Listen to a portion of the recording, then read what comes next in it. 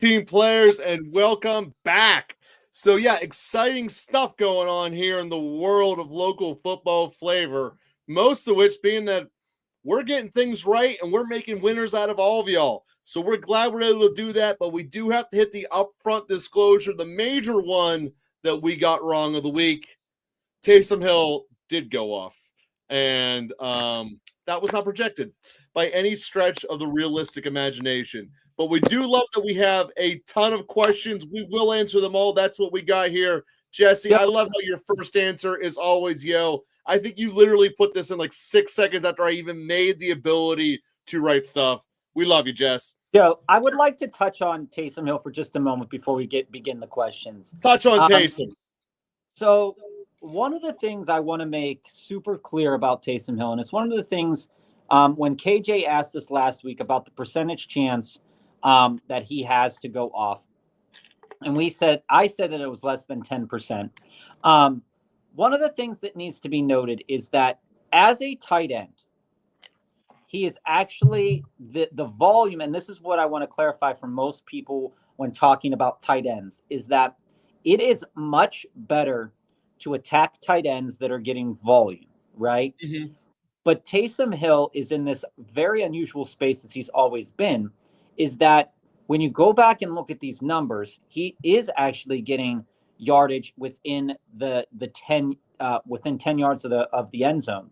And one of the things that many people thought was going to happen this past week was that the Saints wouldn't be able to get there. Well, they didn't, but Taysom Hill ended up running for 30 yards, 75 yards, all that stuff, which is something that if you didn't start him, don't be mad at yourself, because he is one of the players that is one of the hardest players to project. And he is truly one of the biggest dart throws we've ever had around, because his skill set is so varied.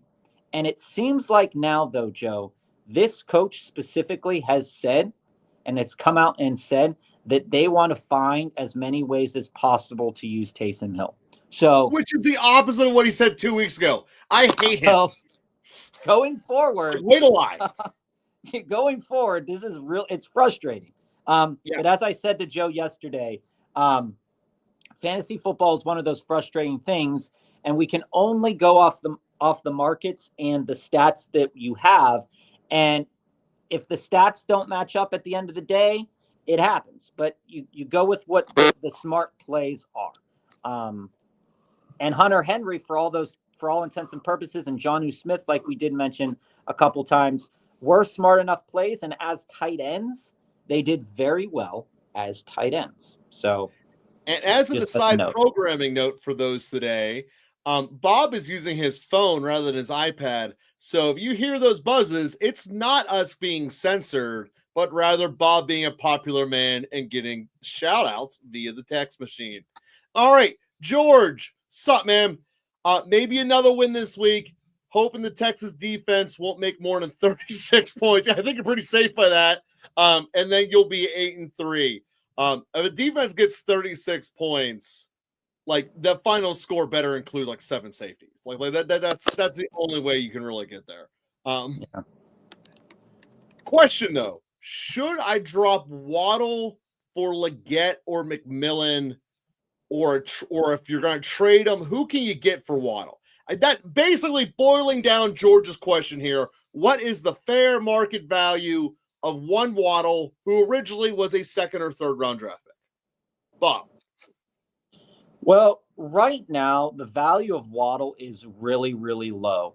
And you're into that same market as the CD Lamb kind of decision making that we've been talking about over the last several weeks.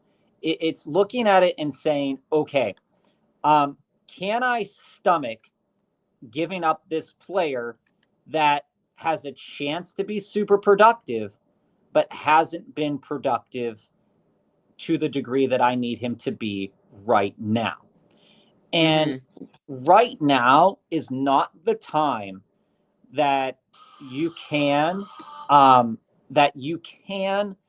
put in players that are unproductive, right? And that piece of it, I think is very important to note, in that if you still believe in Waddle, that's fine to keep him on your team, but odds are you aren't going to be starting him.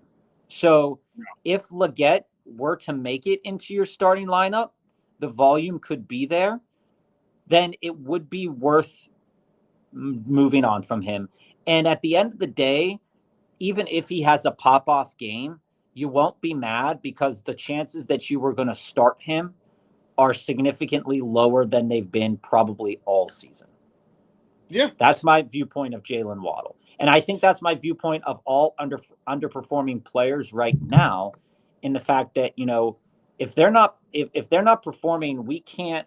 The metrics sometimes will show us a player like JMO this week that will perform because he performs really well against coverages that don't play super deep. That's a skill set that he has. And Waddle right now doesn't seem to be doing anything really, really well. But that's not a blanket statement for every receiver who's underperformed. Like, we don't feel that way about deep. No, I mean, some of them who got hurt, like underperformed because they got hurt, it's just like, okay, that's life. Like Metcalf, he dropped down below the top 20 line, but that's because he missed 2 weeks. So you got to go this with the context of it as well. All right, so George, you also said on the waiver wires also Westbrook, Washington, and I know Davis is out for the rest of the season. So basically, George, at the end of the day, what Bob's trying to say is that you're probably not getting anything from a trade, but I still think he's more valuable than Leggett, McMillan, Parker, and Washington, and Westbrook. So I don't know if I want to go to that well. You said that you're already having yourself an 8-3 season. If I'm sitting here, I want to keep the player who has the opportunity to give me the home run hit, which out of this entire group is only Waddle and maybe McMillan, but probably only Waddle. So with that being said, I'm sitting on the one who can give me a home run because, again, you're 8-3 without him. Yeah, I mean, in my mind, George, I would tend to lean Leggett, just because the amount of volume that Leggett is getting, something good I think will eventually turn out, if not already be there for him. And the amount of volume that Waddle's getting and actually converting on is a bit frustrating. So I think that my lean would be I'd rather have Leggett, because the volume for for Westbrook Akine is just weird. I mean, he had a 98-yard touchdown catch. Mm-hmm. I mean, that is another thing that is basically unpredictable. It is. No, it's not basically. It is. So that's kind of where I'm at. And the thing is about Waddle, when you go in and you look at, and this is for anybody that's asking about a guy like Waddle right now, just comparing the volume. And granted, Miami's volume might have more value. But when we look at where his volume is at, it very much matches Leggett's. So it's not varied as much, but Waddle hasn't been valued as a touchdown producer this year. And so that would be the only thing where it might kind of move the needle for you into Leggett. Both aren't really like wonderful starts, but I think I tend to lean Leggett. Looking at the schedule ahead, he might be valued a little bit more when they play Kansas City, Tampa Bay, and Philly. That's just looking at it off the stat sheets a little bit. And Waddle plays New England, Green Bay, and the Jets. Maybe the New England game benefits him, but again, he hasn't gotten over 60 yards in a game since the first game of the season, and that's really tough to own and trot There's out. problems down south. So Ayush and Jesse are the first DDDs. Well, I could talk about real good, Bob. You can tell it's Monday. It's awesome. Ayush wrote us a book and a half, which we will gladly go through. But we are going to definitely hit the quick hitters up before we get to it. Marlon, you keep coming in early and earlier. I love it, man.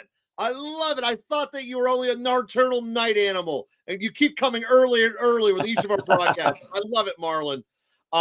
Should I trade Neighbors and Harrison Jr. for Wilson and Higgins? I know Higgins averages 18 fantasy points a year. You're right, he does. But the thing is that Higgins, with that loss last night, is playing for nothing. He has, as you rightfully say, put up tremendous value on tape already this season. I firmly believe he is phoning it in at some point and going to take essentially a majority rest of the hunk of the season off so that he can get paid. He just saw last offseason Keenan Allen, a guy who's a borderline Hall of Famer, basically get paid nothing because he was injured entering free agency. T. Higgins, you can say whatever you want about him. The guy wants a check. Therefore, I don't want to spend any assets to get him, let alone pairing him with Garrett Wilson. So I understand the desire to run as fast and away as you can from Danny DeVito. I get it. But the end of the day, from Danny DeVito. I'm running until this guy puts up more numbers than Danny DeVito's height. I'm calling him Danny DeVito. Hold on, Joe. If you were running away from Danny DeVito, any Danny DeVito, which one would you be more so likely to run away from? I think I'd be more likely to run away from Danny DeVito as the Penguin. He's kind of creepy. Absolutely. I saw nightmares of that. First off, do not let your kids see that movie when they're younger than 6. It will haunt you. But to the end that I want to get on here is that outside, and this is something we can look up at least for week 13. I'm not, Marlon, looking to move into Garrett Wilson. His bye week is this week, and I'm not trading. I'm not trading 2 players that are definitely startable this week into a player that I can't start this week as I push for my playoffs. And also looking at it, the only benefit, realistically speaking, to Garrett Wilson right now is his week 15 matchup. And I'm not entirely sure that Aaron Rodgers can take advantage of the Jacksonville secondary in the way that Jared Goff took advantage of the Jacksonville secondary. I don't think anyone will be. And I also don't think that with Buffalo, the way that they play, that could, again, all 3 of these games coming up are definitely Breece Hall type of games.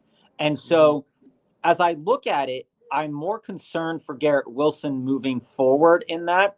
It's not that I'm concerned about his volume. It's that I'm concerned what he's doing with his volume. Since week 9, he has only accumulated 59 total yards on 14 targets. Okay, he's caught 9 of them. So the coverages are what they are, but those 100-yard games or those about to be 100-yard games, again, he went off against Buffalo 8 for 10, but I believe that was before Devontae Adams came in. And the game before that, he went for 23. I'm not entirely sure what the market looks like projecting ahead for Garrett Wilson for the rest of the season. But I'm definitely, if I'm doing a trade like that for Garrett Wilson, I'd be doing it, and I don't want to eat the buy. Mm-hmm. I'm more likely to eat the Tommy DeVito start, and I'm trying to look up some stats on Tommy DeVito right now. But that's kind of where I stand on him in general. You're not going to find a lot of positive on DeVito. You're going to find a lot of wanting to run away, which I understand wanting to sell Neighbors. But Marlon, that's just not the route that I want to do it. Yeah, I'd maybe try to go after 2 other players, Marlon. Yeah, just switch up to their spot. I was thinking of doing these trades before, but I finally finalized them. Amah and Dell for Nico and Pickens and Dobbins. Okay, Nico and Pickens. End of trade 1. Trade 2, Dobbins and Bucky for Jacobs. So if I'm understanding this correctly, we lost Amah and Dell and Dobbins, Bucky, and we ended up acquiring these 3. Nico, Pickens, and Jacobs. Overall, backing this up, it's a 4 for 3 trade where we're getting Nico, Pickens, and Jacobs. I think I'm actually very okay with this trade. I normally don't like getting rid of Amah under virtually any circumstances. I really don't like getting rid of Amah. But especially in the second trade where you went Dobbins and Bucky for Jacobs, you trimmed some fat, you made it easier there. Mm-hmm. Dell, we're going to see how well he does tonight. I have optimism in Dell, but I have a lot of optimism in Pickens. So I look at this moving forward, and I think what you ultimately did was maybe lateralish in the first half of your trade, but you 100%, in my mind, set yourself up for the playoff hunt by doing a 2-for-1 in the second trade, which is what I like doing. I like that a lot. And I think you definitely won the second half of it, pretty much pushed on the first. And Nihil, I mean, Amon-Ra had an amazing game. Sure did. You know, the stats were backing up that the game was going to be good, but how good was depending on the game script, and they just never stopped. And no, so, they didn't, because they're knee biters. So who said they were going to do that? Losing out on those Amon-Ra points this week, not so bad, because you got back Jacobs, and Jacobs performed really admirably this week, 21 points in half PPR, and Pickens performed well too. So you're getting the points you're getting back, they're still profitable to you. Dobbins had a good game in the touchdown market, but not a great rushing effort. So, that no, but he told Cincinnati, you get out of my playoffs right now. That run to end that game last night was so sweet. The only problem with that was I was 3 yards short on my parlay from Herbert. But aside from that, you saw Cincinnati implode. They gave their entire life in that second half, and it just wasn't enough. It wasn't enough. And that's the other reason Higgins isn't going back there. They need to rebuy a defense, and they cannot afford to pay both receivers. So yeah, I think Nihil, I think you did a good job on this trade, and I think it will be profitable for you going forward. It just sucks losing out on those Amon-Ra points this week. But again, it was really nobody was projecting 30 plus points from Amon-Ra. That was just an absurd effort by him. I believe I said all week they'd rediscover that he's the glue of their offense. They rediscovered that in the 5 interception game. But Joe, rediscovered to the tune of 150 plus yards and 2 touchdowns. That's a renaissance. That's not even a rediscovery. That's above and beyond. I still thought he was going to be a top 5 receiver this week, though. Yeah, but that's above what any expectations. Oh yeah, that's unrealistic for anyone. All right, so I need 40 from Mixon, Lamb, and Farbarn. Opponent has no one left to play. Is Jason going to get his juice? There's a kicker in there, Bob. So, Well, I mean, let's put this aside. We have done in our leagues a new modification to kicking, which I think is radically different. You can do them in ESPN very easily. Instead of getting the same amount of points for a 41-yard field goal and a 49-yard field goal as you do with the current bracket system, we just did you get a 1/10 of a point for every yard in the successful completion. So a 41 gives you 4.1 and a 49 gives you 4.9. I just propose that to anyone who's the commissioner of their leagues. Implement that kicking rule. It's a much fairer form of kicking. That being said, if you're ever playing against someone like I was this week who has a kicker who nails 7 field goals, you will lose. Thank you a lot, Steelers. It was awesome.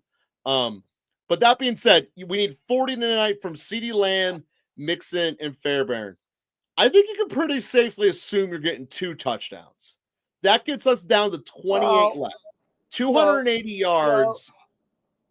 So basically you need 2 touchdowns, 10 catches, and 180 yards combined. So I think that's doable. Here's how I view this, Jason. I think that right now I can solidly see 22 points.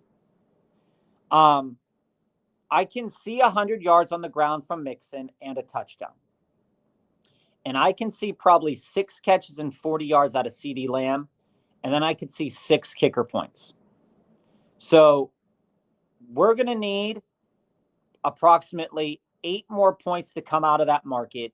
And that's going to probably have to come from CeeDee Lamb, or more points, or a couple field goals from Fairbairn, because there's a reverse kind of situation here, is that what you don't want is you don't want many passing touchdowns for Houston. For Houston. And I don't think you're going to get a passing touchdown for Dallas. So, I think CD's getting one. So if the kicking points turns to 12 kicking points, then that probably means that Mixon didn't run in a touchdown. So I think I'm solidly at that. There's probably going to be 22 points between these players. I'm hoping for 8 more. That's going to come through CD Lamb and the kicker. Say the kicker ices another field goal and CD Lamb gets 2 more catches and 40 more yards. There you have your 8 more points that you need. I think this is going to be a Houston gets up big and then they run the ball out the second half and Dallas garbage time. And that to me translates for a touchdown for each to Mixon and CD. Both might happen in the second half. That leaves you 28 points left. You get 10 catches. Now you're down to 180 yards, which I think collectively it can give you 180 yards and 10 catches. What's the projected points in that game, Joe? Let me pull it up here. For Dallas and for Houston. Wasn't it like 23 for Houston and like 16 for Dallas or something like that? We are projecting for Dallas to put up 19.2, and Houston is 23.2. Okay. So yeah. With that being, by the way, we're also projecting that it should be a 4-point true spread for tonight's game. Okay. So I mean, when you look at it, the market is there for a couple of touchdowns. Hopefully they go to C. I mean, if you get the early touchdown to CD and the early touchdown to Mixon, I think the yards will come. I think the yards are coming regardless. Yeah, I don't see how Dallas is going to keep it close. I don't see how this doesn't become garbage time CD Lamb fest. Yeah, the only question I have is how many yards. Like, it could very well be that he gets like 10 catches and like 60 yards, which would be bonus for you. But yeah, then everything Mixon does is on top of it. Yeah, I could see Mixon run for 100 in this. Oh, that's what I said. I have him usually safely at 100, but he might go for 80 and 2 touchdowns, which is still pretty good. You don't need passing touchdowns from Houston. Jason, I don't think that's as long as you get the 2 touchdowns, it's not unprofound that that you could win this, because I didn't even account for Fairbairn at all. So you get 4 extra points out of him. That's 40 yards of bonus baseball you got to play with. Yeah, but you just like the more Mixon touchdowns, the less Fairbairn points, but that evens itself out a little bit. Just hopefully no passing touchdowns, which is at direct odds of people starting Dell tonight. So hopefully they can coexist in the same setting. Definitely don't want any 2-point conversions. Definitely don't want any of those. No, they don't. So people called you crazy for trading away Lamar. I get it. Lamar is awesome. Without seeing the trade here, I'm going to... Well, it was the trade, Paulo. It was Paulo's trade from last week, the one we were talking about. It was Lamar and a player for Chuba and 2 other guys. I don't remember it exactly. Yeah, it was the trade that we did recommend not moving Lamar, but the schedule dictates that it might not be a Lamar-centric schedule moving forward, and they might dial it back on Lamar. It just so happens that this week it worked out because Lamar didn't have a Lamar game. The Steelers pretty much held them in check. It was a gross, ugly game. I always do that to them. And so while I still love Lamar, I think that going out there and doing a trade like this, right now it benefits you because, you're coming out probably ahead in that deal right now. So I like it. So in one of your leagues, you're about to be 3-8, but you're on a 2-game streak and just adopted the mindset, I'm ruining everyone else's chances of making the playoffs. Well, Miggy, I mean, sometimes it's just you got to be that guy, man, and I'm all for it.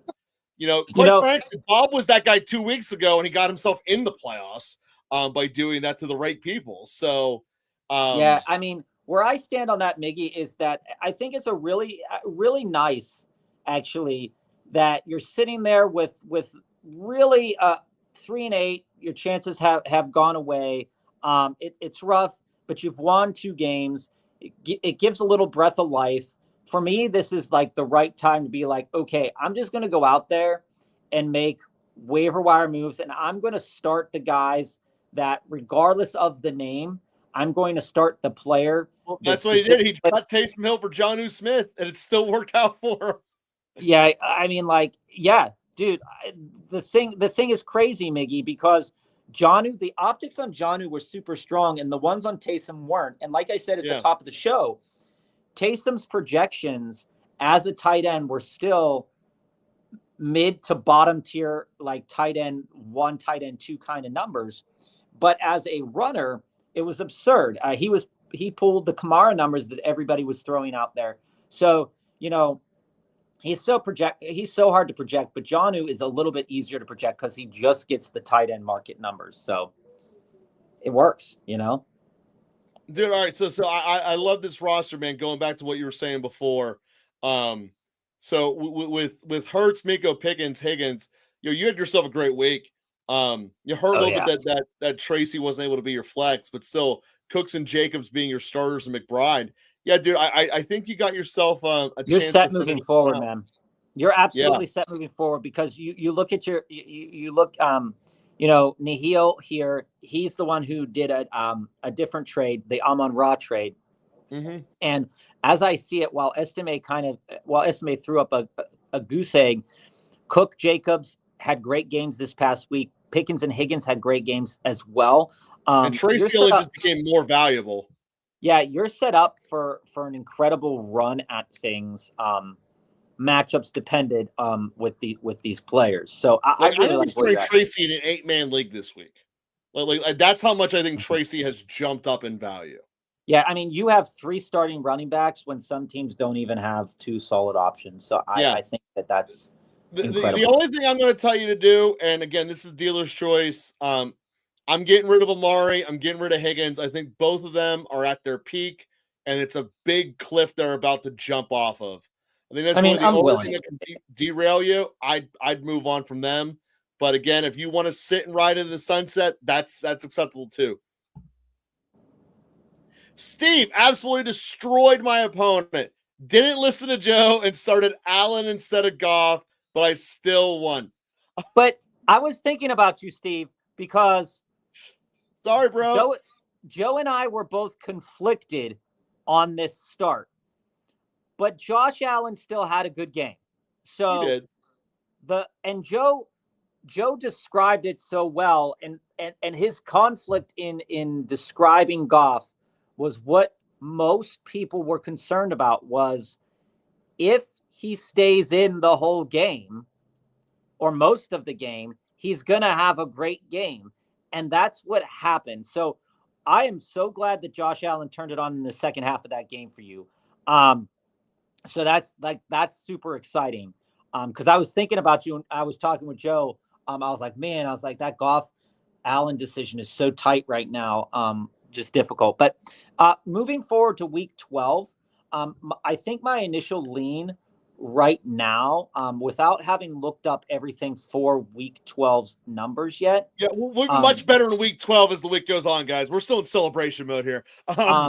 Would probably my initial lean for week 12 would probably be Jonnu Smith. The usage is there. While Winston is pretty incredible and the right on now. Thursday Night Football. So you also get that lean of saying they just lost in New Orleans. They got to drive back. They got to fly back. They're playing the Steelers, who have now just everything in a season they didn't expect to be having. And Cleveland's imploding. All of the optics, again, Steve, we'll dive into this deeper as the week goes on. So don't take this as the final answer. But I'm hard against Cleveland again. I'm back into let's get out of Cleveland world, especially with them being on Thursday Night Football. I think that there's a chance that this ends up being just a gross, stupid Thursday Night Football, unlike the last couple, which have been pretty enjoyable to watch. Mm-hmm. Yeah, is it safe to start Goff against Indy? Absolutely. Soft against hard. Hard always wins. Go with the grit. Go with Goff. Indy will fall apart. Like, have you ever had like really soft angel food cake and you just see it crumble? That's the Colts defense, man. That's And that's what's that's going to super happen weird. when Goff shows up and the rest of the Detroit Lions. Detroit's going to the Super Bowl, guys. I cannot tell you how pumped I am for this. That's super weird. That was a weird analogy. But it was accurate. It was 100% accurate. You see the crumbs on your plate. That is the Colts defense. Goff is worth a start. And guys, I'm going to be quite honest with you. This week is another week where I think the stats are going to back up JMO. You're getting text. I can't see you anymore. Your phone moved. Once we get the numbers here, I really do think that we're going to see that JMO is going to be another nice play this week. The Jets are not very good at deep coverages, and Anthony Richardson was allowed to exploit that a couple of times this past week, and Goff is definitely going to exploit that a couple of times this week. If you said the Jets defense. Oh, you mean the Jets couldn't throw it downfield to take advantage of it? No. I'm saying that Anthony Richardson took advantage of the Jets defense. I took advantage of my bad, misspoke. But anyway, Colts, Rodgers can't take advantage of anything. Rodgers couldn't take advantage of it, but I think that what we're seeing out of the Colts as well, that JMO is going to have a great week. So I'm rolling out all Lions again, and I'm particularly rolling out the running backs. So if you have Monty and he isn't in your starting lineup yet, Monty is a definite play this week. Gibbs is an even stronger play this week. So all Lions are a go. Don't bench any Lion. Ever. I don't think you can. Unless you have another. By the way, all team players, we so thank you for clicking subscribe and like if you haven't already. But most of all, thank you guys all for having adopted the quick hit and deep dive system. Like this is one of the things that we took a roll in the dice a couple of weeks ago, and you guys have adopted it so well.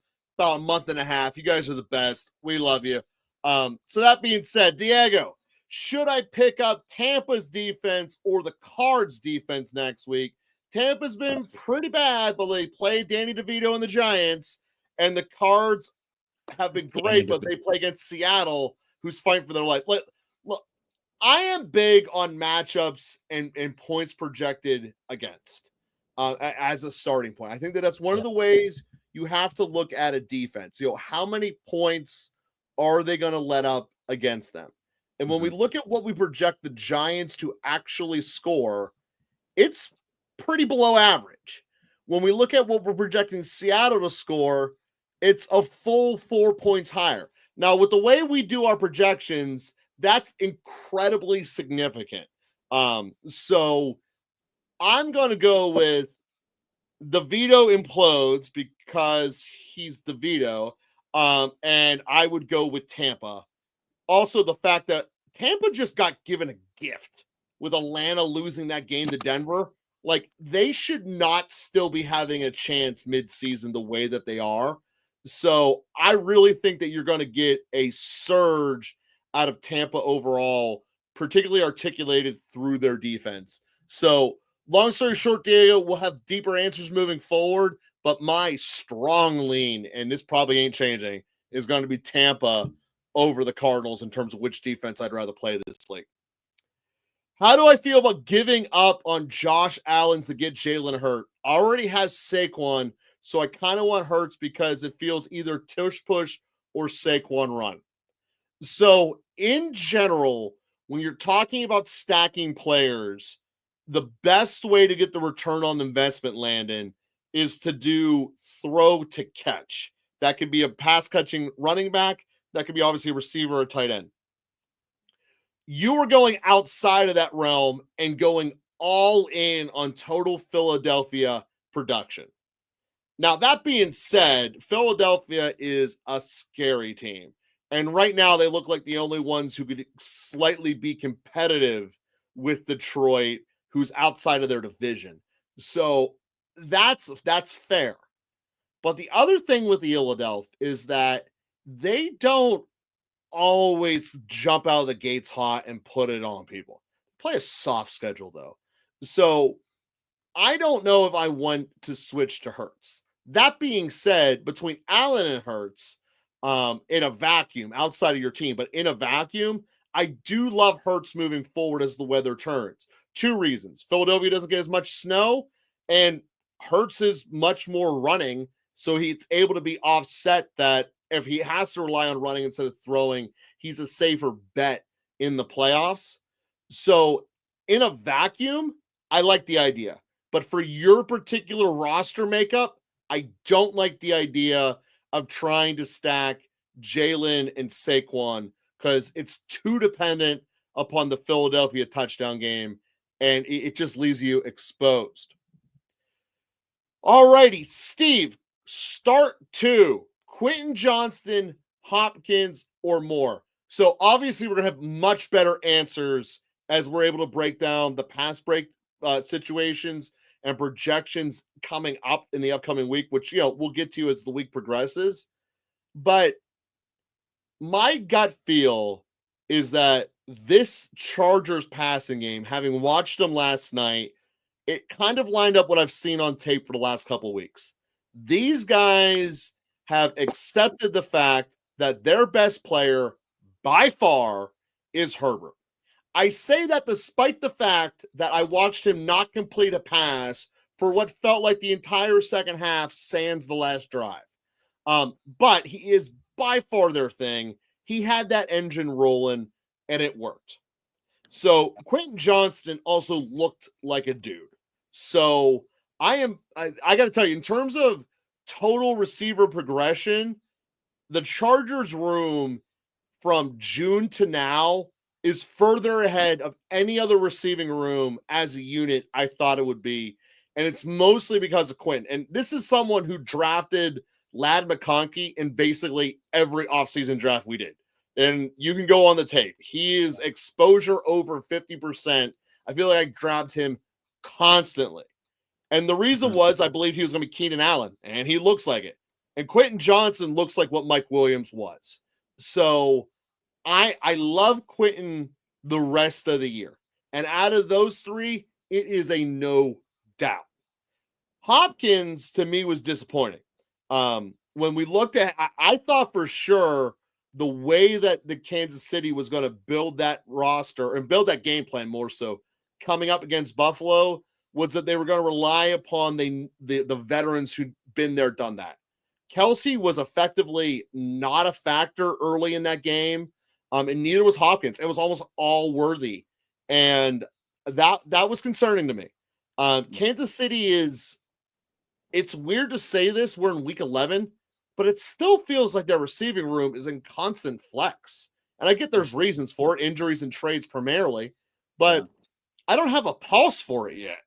And I do have a pulse for Chicago, and that pulse is don't invest in them with any form of you whatsoever. It's like hanging out with a succubus. Your soul's just gonna hurt. So that's the only way I feel about Chicago. So here's the thing about Hopkins is that Hopkins' volume has gone down every week, which is weird because there's no specific reason. It was a good matchup for Hopkins, and the fact that it didn't turn in anything was a bit disappointing. One of the things that we do know is that Buffalo likes to keep things kind of in front of them enough so that they don't lose track of things. So I'm concerned. I would be more concerned about Hopkins if in fact Juju got a lot of volume, but Juju didn't get a lot of volume. Mm-hmm. And Worthy, while he looked good, I'm looking at it and saying to myself, the volume again was just mid for Worthy as well. So to me, if I'm trotting out a Kansas City wide receiver, I'm really looking at where's the volume going to be at in the specific week. Mhm. And I think that that's responsible to do along with DJ Moore, because DJ Moore and Hopkins are probably going to be, if their quarterback's throwing the ball a decent chunk and completing a lot of passes deep, it's fair, right? But because Buffalo kept it in front of them, Mahomes never reached 200 yards, right? So and the passes to the tight end were projectable, right? We knew that a tight end was going to get passes. We knew a tight end was going to get touchdowns, but we didn't think it was going to be Noah Gray. So you look at it, and a lot of weird things happened in this game from a Kansas City perspective. And this is for anybody rolling out Kansas City, so this could help a lot of people. The matchup this week is much better. So I am willing to take another chance on Hopkins this week. Um, and I think I'm willing, and I'm more than willing to take a chance on QJ. I just, Mhm. right now, my lean would be, as we sit here on Monday, would be QJ and Hopkins. But I also can't ignore going 7 for 7 in a matchup that DJ Moore wasn't supposed to be good in. I can't ignore that. So, but I also can't ignore the fact that Caleb Williams might not throw it 31 times a game. All things to He consider. throws it 31 times against Minnesota. He's going to get broken in half. All Flores things. will break him. Like that's not a good matchup for the rookie. It just isn't. So who takes the number one role in Carolina? Dude, you're asking bad and sad fantasy questions. Thielen or Leggett? It'd be Thielen had good chemistry with Young last year, but he also faded off of the face of the earth after November. So the question really is with Thielen getting hurt earlier in the year, does he have fresh enough legs to be relevant for the next 7 weeks? Or should we lean into Leggett? This is a direct waiver wires question. So it's which one do you want to invest in now? Reading all of the tea leaves that Carolina is putting out there, I'm going very harder on Leggett. They clearly want to develop their guys. I think that Thielen at the end of the day is going to be used very sparingly, and basically just as the bailout umbrella. And as the other two young Carolina guys come to progress, I really don't see a spot where Thielen is going to be fantasy relevant. So that's just reading what they're going on there. They have to find out what they have with their young guys. And despite the fact that if we're looking at Madden overall rankings, Thielen should be rated the best in that room, he's not going to get the love as they need to progress their young guys. This year's over for Carolina. Quite frankly, this year was over for Carolina the day the draft ended. So here's where I kind of view this at, is that what we saw in this past week's game against Kansas City was that the slot wide receiver was a direct beneficiary of the way that Kansas City plays its coverages. And it will be and if Thielen comes back super healthy, and if Bryce Young can get him the ball, Adam Thielen this week will be a direct beneficiary of how they move the ball and how they play the game. So if you're asking for this week, while it won't be wide receiver one role on the team, the way if they put Adam Thielen in the slot and he runs primarily out of the slot, then he will have a good enough game to be fantasy relevant this week. Xavier Leggett is going to have a little bit of a harder time doing that this week, but I think in the long term, he will have better metrics as the season goes forward. But if you're just asking for this week, I think Thielen is a better play if he runs out of the slot and is healthy this week. Yeah, that's exactly it. So, but again, I don't think it matters if they're slot or not because I don't think they're going to put him in there. I think they're going to put Leggett in the most advantageous position. Period. It has to be build up Leggett. I mean, there just is no other way there. I agree with you. I agree with you, but but you are right. They do have the matchup advantage in the slot. But that's also regardless of which one they put there. That's just a testament to the That's what bad I defense. mean. It really depends on how much he actually plays in that position. All right, Austin. First off, I appreciate that some people are listening, and you know that I hate Higgins fantasy wise. I love him in real life. I think he's possibly the most underrated receiver in real life. I think there's a very good chance, talent wise, he's top 10, maybe even higher than that. So, but fantasy wise, the guy's not an idiot. He wants to make money. Would I sell high on him? Absolutely. I'm not buying him, but I am selling Higgins. You're absolutely. There's no doubt in my mind, Austin. Go collect. Let him be, and you want to make it a super trade, let him be the second person in the trade and go get a mega stud.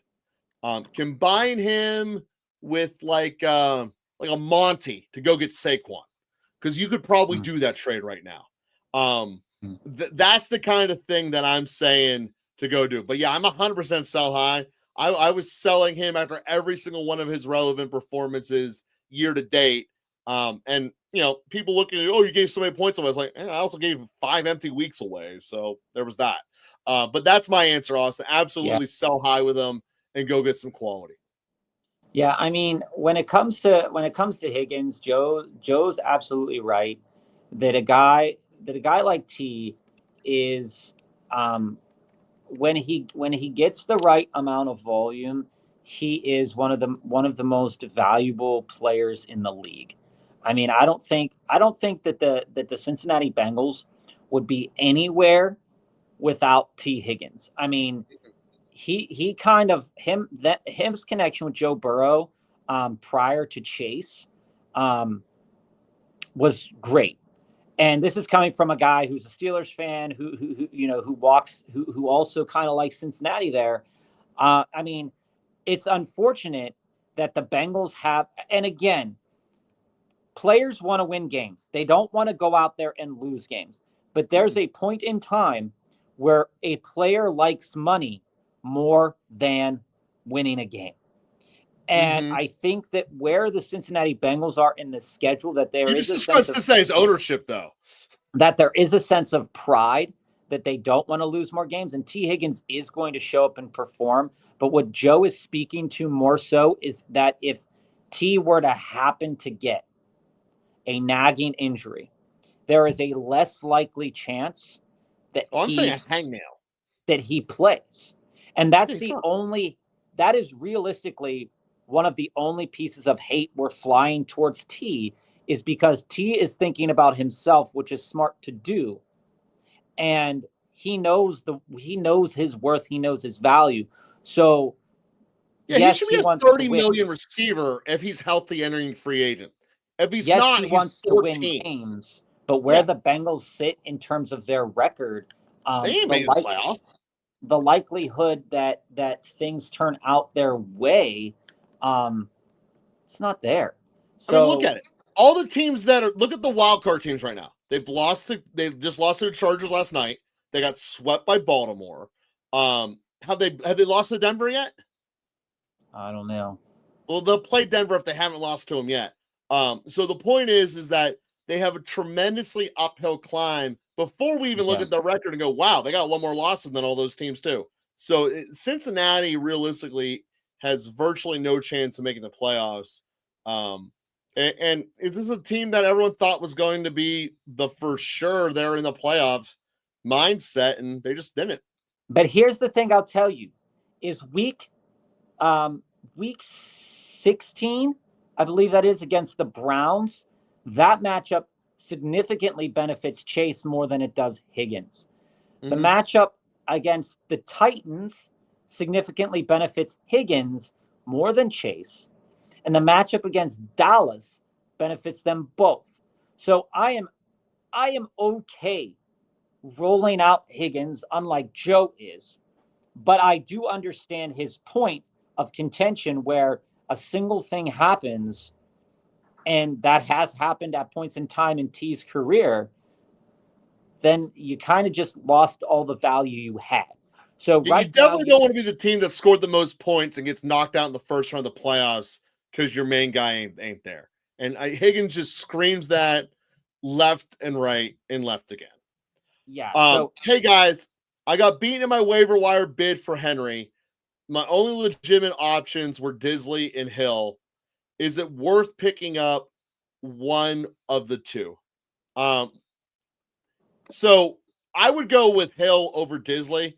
I know that Disley caught that touchdown early in the game, but he almost looked almost like he was a saint in the fact that it worked. So we're going to stop giving him the ball.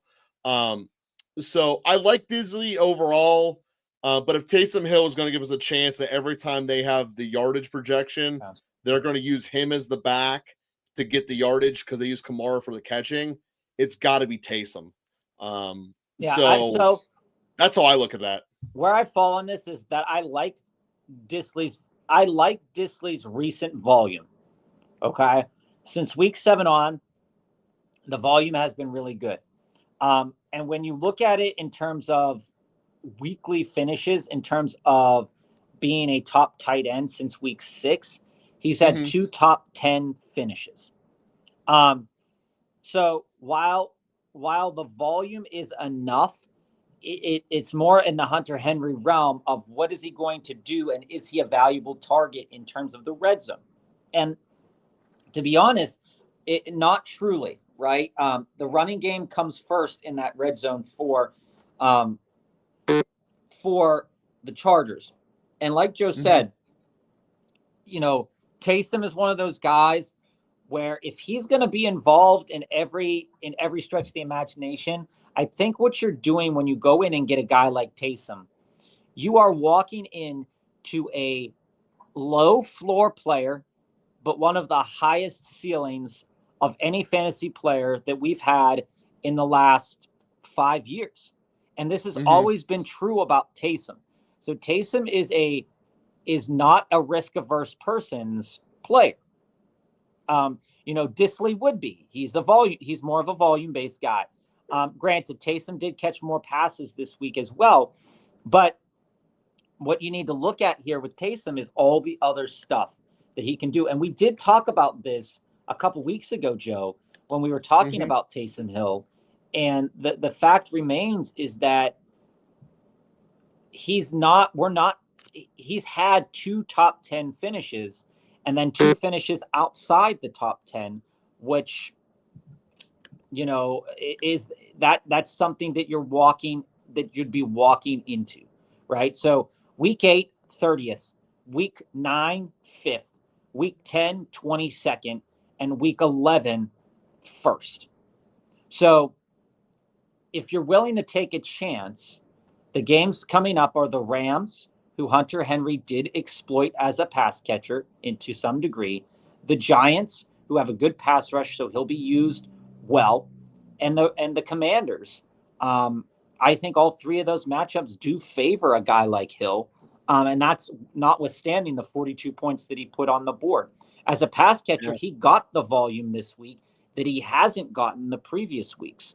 So knowing that if that volume stays at minimum, if he starts to get six catches a game or 6 to 7 targets a game, and that stays stable, then even if all the other ancillary stuff doesn't happen, Taysom Hill will be a solid enough tight end start for the rest of the week. But as I said last week as well, the other tight ends did get involved. Jawan Johnson was a top tight end as well.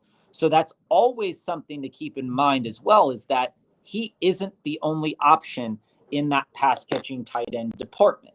So take that for what it's worth. But again, you can't project the 75-yard touchdown run, which is absolutely insane. I mean, that was bonkers to see him go off yesterday. Every year, Taysom Hill has a game, and it was this week. It feels like the Saints just do that. Would you go first position in waivers for Javonte, Bigsby, or Roschon? No. If I were to go after any of them, it might be Roschon because he got more carries within the red zone this past week.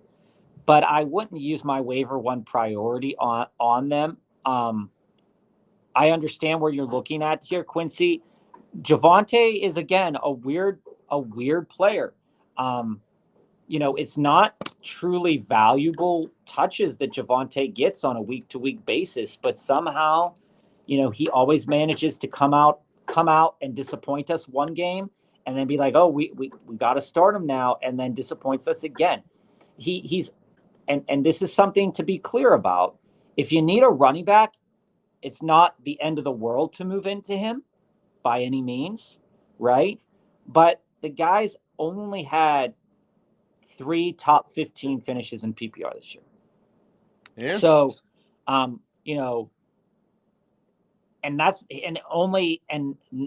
one in the top 20 and another one in the top 25. Every other finish has been below the 25 best finishes in a week for a running back. So, this week was good for him. Faces the Raiders next week, which is going to be good for him too. So if you do want to go out and get a running back, the next 2 weeks do favor Javonte Williams. But again, Bo Nix is there to steal carries once they get close enough to the red zone. So if I'm going to go after any running back, it would, out of those 3 guys, it would be Javonte. Looking at the schedule this upcoming week, Joe, Las Vegas and Cleveland, they both benefit runners that can pass catch and run to the outside. Maybe that's Javonte. Could be. So Bones, throwing a little shade Jason's way. I get where you're at, but I can tell you this. I'm doing that as a prop bet tonight, Bob. I'm doing both Mixon and CD score a touchdown and 80 yards for each of them. Respectfully, they're catching or running. I'm making it as a prop bet. Bones, you're so respectful about that. I love it. You know what? I put my money where my mouth is, and I bet that's going to be a plus 1,000 and change payout. So I'm all for that. And we didn't forget about your deep dive. Those deep dives are coming. We have not forgotten about them. Yes, yes, indeed. But I want to let you know, Ayush, you're in a good spot. Your team's looking good. I was looking at it before the show. Your team's in a good spot. I do have some ideas about how some improvements can happen, but we will get to that. DD Red Solo Cup 32. I don't often read all of it, but the thing, DD, is since you start your name with DD, every single time I see it, I click you as a DD. I really appreciate that you always write quick hitter when it shouldn't be. And that's just part of life. But okay, we love it. We love so it DD, should we trade McBride or Otten? This is how I fall, and this is something that I'm going to be quite honest with you. And it's gonna hurt me more inside, and it might hurt Joe a lot. That when I look at the stat sheets and when we look at the optics for matchups, and I think this is going to be truly a game by game basis. You have to take this, DD.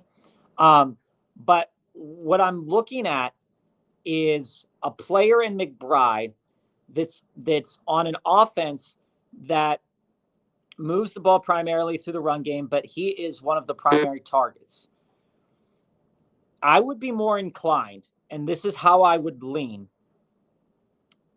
If I were to know or have an inkling about how the Saints running back room would perform, like, we'll have to take this game by game, but if the Saints are projected to have good running back numbers in a week, or if Taysom is projected to be a good tight end that week, I think then Taysom is absolutely worth a start. And what we looked at, Joe, and this is something really important for down the stretch run, is that projecting forward, the Saints have a great running back playoff schedule. Mm-hmm. And if they decide to use Taysom Hill as a running back, if I can throw a 4th or 3rd running back into another flex, and that would be Taysom Hill. Now, I'm no, you're 100% right. That's a win. But then the question becomes, what do you do with McBride and Ott? I'm all with you building up. I'm building it up. But you're not cutting McBride or Otten. Which one do you want to get rid of? I say you're starting, and this is weird because Taysom doesn't fall into this discussion often, but I'm saying you start McBride in your tight end slot, and then you slot in Taysom Hill. Because McBride has been performing at a level that is worth, at minimum, wide receiver 3, wide receiver 2 markets. Okay? All right. So if I can start McBride who is essentially a wide receiver 2 for their team, and start the fourth running back in Taysom, in that respect, knowing that schedule is going to get good for running backs moving forward. And this is where I hate it. I think you're starting 2 tight ends. All right, so what are you? So then you're moving Otten to upgrade at another position with a basic 2-for-1 trade. Yeah, I mean, but I would look at it and say, okay, well, which tight end do I think moving forward sits well in terms of the projections of, Well, see, for me, looking it's for the McBride rest of over the season. Otten all day. With Yeah, Evans coming from a back, name basis, yeah. yeah, I'm regardless basis, and I think that to answer your question, Red Solo Cup, I think you got to do that before Evans is officially returning, before it becomes obvious to everyone. So I'm moving Otten now. Bob is making the proposal that you can start both of them. At minimum, you don't need to hold all 3 of them. So I'm moving Otten in a 2-for-1. Upgrade either your receiver or your running back and use Otten as the bonus piece to justify the upgrade. And that's how I'm going to look at it, because there But is no honestly, value in holding all 3 of them. but here's the thing, Joe, and this is the crazy thing. I'm talking crazy, and I know it. But when I look at the stat sheet, and you just go back, and again, these stats, I'm just looking at past stats over the course of the year. In the last, since week 7, so week 7 through week 9, his performance as a tight end was incredible because he got 31 targets during that time frame. And even with Mike Evans coming back, if he were to normalize to what he did week 10, the only thing that the targets are there, the only thing that makes me nervous, and Mike Evans coming back could make it better, would be where do these looks come for the touchdowns at? So looking ahead at Otten's schedule, it's the Giants, Carolina, Vegas, Chargers, Dallas, Carolina, New Orleans. There is a conversation to be had where Carolina, outside of maybe the Giants game, where Tampa Bay will be projected to be at 24 points or higher in every single matchup going down the stretch. Mm-hmm. And I think this is weird to say, and I'm not comfortable with it at all because, as we know, tight ends have some of the lowest floors of any player. But I'm simply looking at, and this is for anybody out there that has these 3 teams, and I know we're getting out of the realm right now of a quick hit, but when you look at these 3 players, is projectably all 3 of these guys are in the same conversation as any other wide receiver that you could potentially start in your flex positions. Because no, I get it. So getting that volume. I think it's worth keeping all 3. See, I don't. I don't think it's worth keeping I'm not giving up one of these tight ends to another team that I'm competing with and then getting burned by them in the future unless I can go after a super stud. Like, dude, if I can go from Devontae Adams into Metcalf, I would do it. Only if I could do something like that. But I'm not giving up on any of these 3 guys for something just to fill in the flex piece, because they can be your flex piece. And I know I understand that, and you're totally right. But I look at Otten as diminishing returns, and you're probably going to be thinking about cutting him anyway. But if you can do this right now, and like I said, do that type of upgrade, I don't think that's unreasonable. Devontae, or I meant Devontae Smith, but even Devontae Adams, and turn into Metcalf, that's there. Devontae Smith would give you better value. But either way, the point being is that upgrading a key position, you could go from Cook and Otten and get into Monty. That's the kind of thing that I'm talking about. Getting into a spot where you're going to be upgrading to a legit, no doubt, this guy never leaves my starting lineup at running back or at receiver. That's the kind of thing I'm ultimately recommending to you there, Didi. Yeah, I mean, that's fair. That's fair. All right, I need 19 points to stay in first. Do I get it with Lamb? In a full PPR, I think you have a shot. I think we're getting a garbage touchdown. I think we're getting 9 catches. So that's a garbage touchdown. You get 9 catches. You only need a couple yards after that. My projections are Quincy. My projections on Lamb are lower. I think he gets to 10 points in a PPR league, minimum. Like I said, the other 9 are really hard for me to find. That's because you're not giving him a touchdown. But if he goes 9 for 70, you're there. You're there. So you're getting closer, but you're at 16. See, I think he's getting a touchdown. I fundamentally think Lamb's getting a touchdown. There's nothing else I can say about that. Yeah, I disagree. I need 20 from Fairbairn and Houston's D. This one, on the other hand, not so optimistic. That could happen. That could happen because Houston could get some turnovers in that game, and they only need to turn.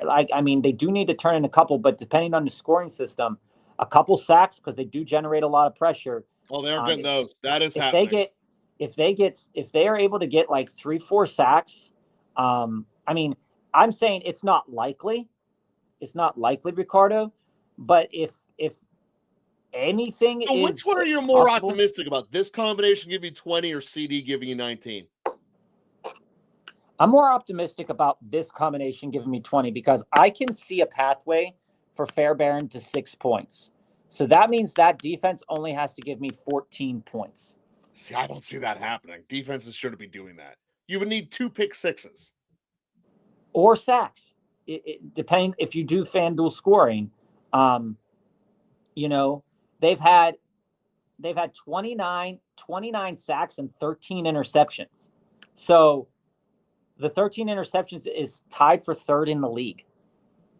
So as I look at it, Dallas isn't blazing speed on any part of the offense other than CeeDee Lamb. CeeDee Lamb's not going to risk tackling a guy with a bum shoulder. So I don't know. It's possible. I think it's possible. And team players, we greatly appreciate you all starting your comments with QH for quick hit or DD for deep dive, in which we give it a lot more time to. Also, if you haven't yet, like and subscribe, guys. Bob, you let me know whenever you want to switch over to the first deep dive of the day. So I survived Boswell. Let's get to that next. Let's get to the first deep dive after Austin here, because I do want to answer IU. She did come in early, and I do have some things to say about it.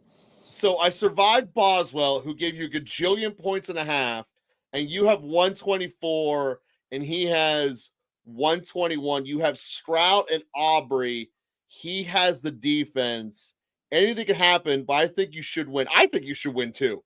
Should have started Goff. Yes, you should have. You guys let Bob talk you out of that. But there were a lot of good. I still like where you're at, though. I mean, I think Stroud. I think easily you're going to outscore. Austin, who did you start? I'm very curious because I know we were talking about potentially Russell Wilson. He's playing the night. Yeah. I mean, Stroud's there too, dude. I mean, should have started Goff is fine, but again, Stroud is out there right now in potentially a really good matchup. I think that Stroud, at minimum, gets you 16 points. And anything that the Texans do on defense tonight, if the Texans do get a turnover and then turn it back the other way, that could easily turn into Stroud. I mean, there's a lot of people that are hoping for a lot of mix-in work. Stroud could run it in for a touchdown tonight. I think you're in a good position. I think Aubrey takes a couple field. I think Aubrey gets like at least 3 field goals tonight. See, I think they're going to blow them out way worse than that. All righty, the big DD, and I will try to read this correctly. Good luck. 7 and 4 have Allen, Saquon, Chase Brown, Tyreek, Zay, Laporta, Pickens, Aubrey, Braylon Allen, Corum, Leggett, Mostert, Juju, Tracy, and Tua. My opponent has almost 90% of his team on bye. So there's a chance that I will go 8 and 4 with a chance to be a top 4 team and could secure the HFA. What moves do you think I should make? I'm pretty sure you guys remember, but Bob told me to hold on to my ground hold my ground, not trade Pickens, Zay, and Chase for Amos St. Brown. and it's paying off big time. Chase Brown is really him, and Tyreek is just starting to ramp up. All things considered, what should I consider? I was thinking of giving Tracy and Zay up for Mike Evans, but with DeVito as quarterback, there's more rushing for Tracy. Yeah, there sure is, man. Let me know what I should do exactly to keep my move for the secure that championship. The deadline's week 14, which I love when the deadline's the start of the playoffs. Yeah. But I want to get from behind the 8 ball for these moves and get them done now. Good with that. Chase Brown's schedule looks good, but he dropped almost 20 on the Chargers with that elite run Joe, defense. Here's where I'm not worried about him anymore. All right, so Bob, back it up. Here's the roster. What are you thinking? So I wrote this down because I wrote it down beforehand. So knowing the players that you want to keep, I'm looking at your starting lineup, and I'm looking at Sam Laporta. And to be honest with you, one of the primary moves that I would do right now is I would probably and most likely be either dropping one of these two guys in Mostert or Juju. Yeah. One of those two guys, I know we were super high on Mostert going into the season and even halfway through the season. That did not pan out. The coaches are using him a bit differently or not at all. I would be dropping Mostert or Juju and looking at your waiver wire for the best tight end options available. Looking ahead at least at this week, Joe, for tight end matchups, there's probably a couple pieces you can pull off the waiver wire at very minimum to help you pay dividends this week. Because as we've seen, a lot of the top 10 in a given week of tight ends, there's a minimum threshold of like 10 points you need to clear. But also a lot of those players have been coming from waivers on a week-to-week basis. This is not something that's super unusual, right? But it is what I want to look at is volume. I want to keep looking at volume and seeing where the volume. So on that, what was Parkinson's volume? He's probably on every waiver wire from the Rams. Parkinson didn't get a lot of volume, but he did get the touchdown. And I so remember that coming across the screen. One of the things I want you to look at is that Jameson Williams' volume changes with Sam Laporta there and vice versa. But Sam Laporta's only getting about 19 routes a game. Which is not enough. So it's not even if he's slated to go off, we're going to have games for Sam Laporta that are going to be those 1 for 35 and a touchdown type of games. Is he hurt? Has he been hurt all year and we just didn't know this? Maybe. So what I'm looking at, and I think it's something to consider with the things that you have going on right now, is that I would be looking at seeing what Noah Fant's health is. Noah Fant's been out for a long time, but this offense just keeps passing the ball. And I would be more willing to let go of Mostert to pick up a Fant for potentially longer term. He's getting more targets. Also, I would be willing, and with the week that he had just recently, might not be there on the market anymore, but I would be willing to try my chances on a guy like Zach Ertz as well. Similar-ish volume to Sam Laporta. So, Bob, he also has Tucker and Kraft on his bench. Yeah. So looking at who you have, that's the thing I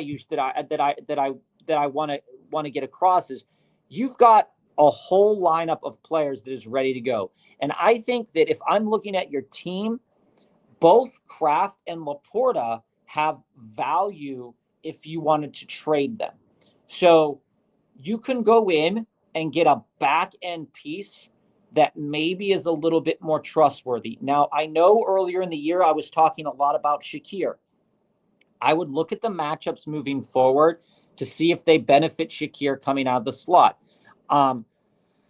again, looking at like guys like Leggett, Joe, like we've talked about before, that have a chance at this point in time. You're looking to fill that bench with chances. You have one already in Tracy, and I'm not willing to trade him.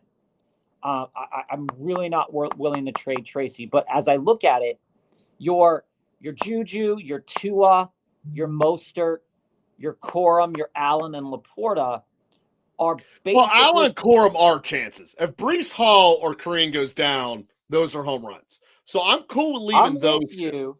Joe. I'm with you, but as I'm looking at the team, just the team right now, Corum is one of those pieces that, yes, it will be beneficial to you, but I don't see a pathway to your starting lineup. So even yeah, dude, if Kareem goes down, he's starting. As I'm looking at it, I don't see that, Joe.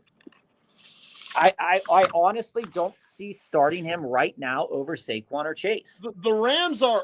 I get what you're saying. He's so stacked. Well, if you're looking at it that way, and the market that I think, if you're looking at just from the, I mean, it's an insurance policy. That's what all these. So we're looking at what we need to upgrade at the starters. Zay Flowers is a top 10 PPR receiver. Most people would never have guessed that, but he is. Tyreek is the one that you would upgrade. Quite frankly. If you could do a Laporta and Tyreek and get into, I mean, I'm talking shooting for the sky, get into a Ma, you might be able to pull it, depending upon how desperate that guy's at. That's the kind of trade that I want to do here. And I'm fine with doing Kraft and then the other tight end you pick up off of waivers. That's what I'm looking at. Because Tyreek still has the what if magic with him that I don't think we're going to get. But if you can get it into realizing that dream, that hope of that, that's what I know you were looking at St. Brown before. I'm just giving you a different pathway, a much simpler pathway of going about and doing it. And quite frankly, if you're doing a 3-for-1, you could throw either Mostert or Juju in anyway. Yeah, but here's the thing. Mostert and Juju are droppable. They're not. I know, but someone might want it to get him over the top. I think the real trade is Laporta and Tyreek for a mom. That's what I want to do. I don't think so. I think I would take some alternate pathways because I think your team is extremely solid where it's at right now. And I'm just looking up a couple things. One guy that I want you to look into right now. He had a great game this week because the metrics did point to that being a good matchup for him. But I'm looking ahead at the matchups for Jaden Reed. Okay. And as I'm looking at starting over Pickens, let alone his actual starter. I'm talking about potential insurance policies here. So if you mean upgrading Leggett in the Reed is basically what you're saying? Trying to move into them, I'm okay with something of that nature. But what I'm looking at on your team, Ayush, and this is the piece that I wanted to just touch on a little bit here, is knowing that you have Kraft, I'm not so worried about the tight end market anymore for you. But looking at your roster and only seeing Leggett and Juju as the back end pieces for Tyreek, Zay, and Pickens, I'm okay with Leggett.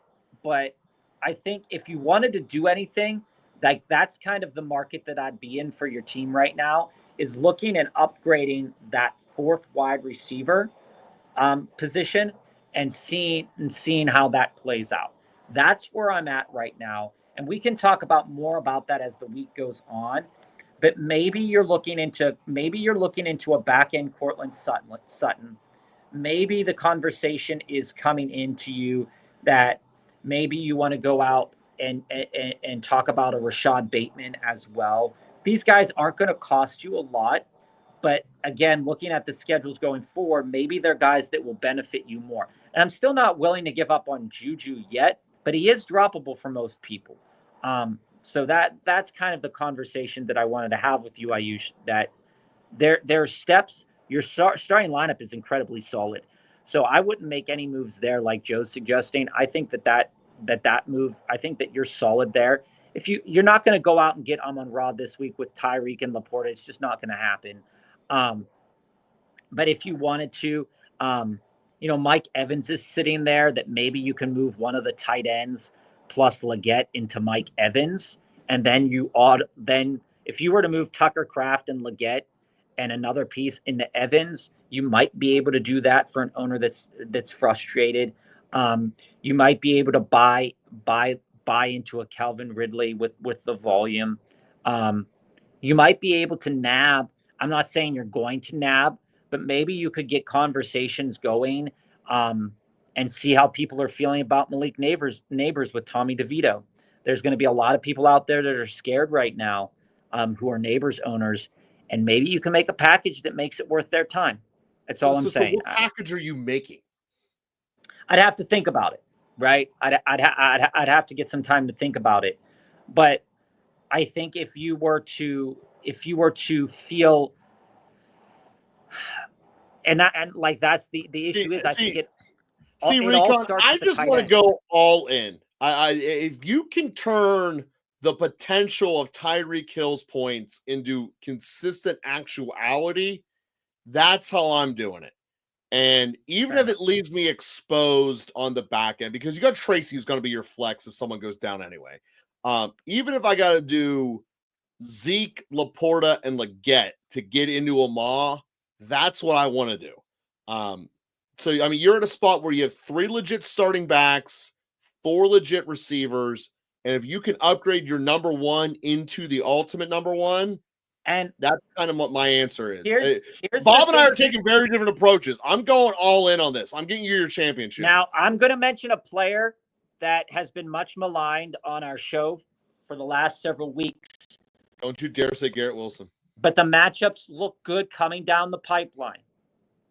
This is a good time to buy them as well because of the bye week. Don't do it. Drake London. London's fine. I think you're going to say Garrett Wilson. It's Drake London.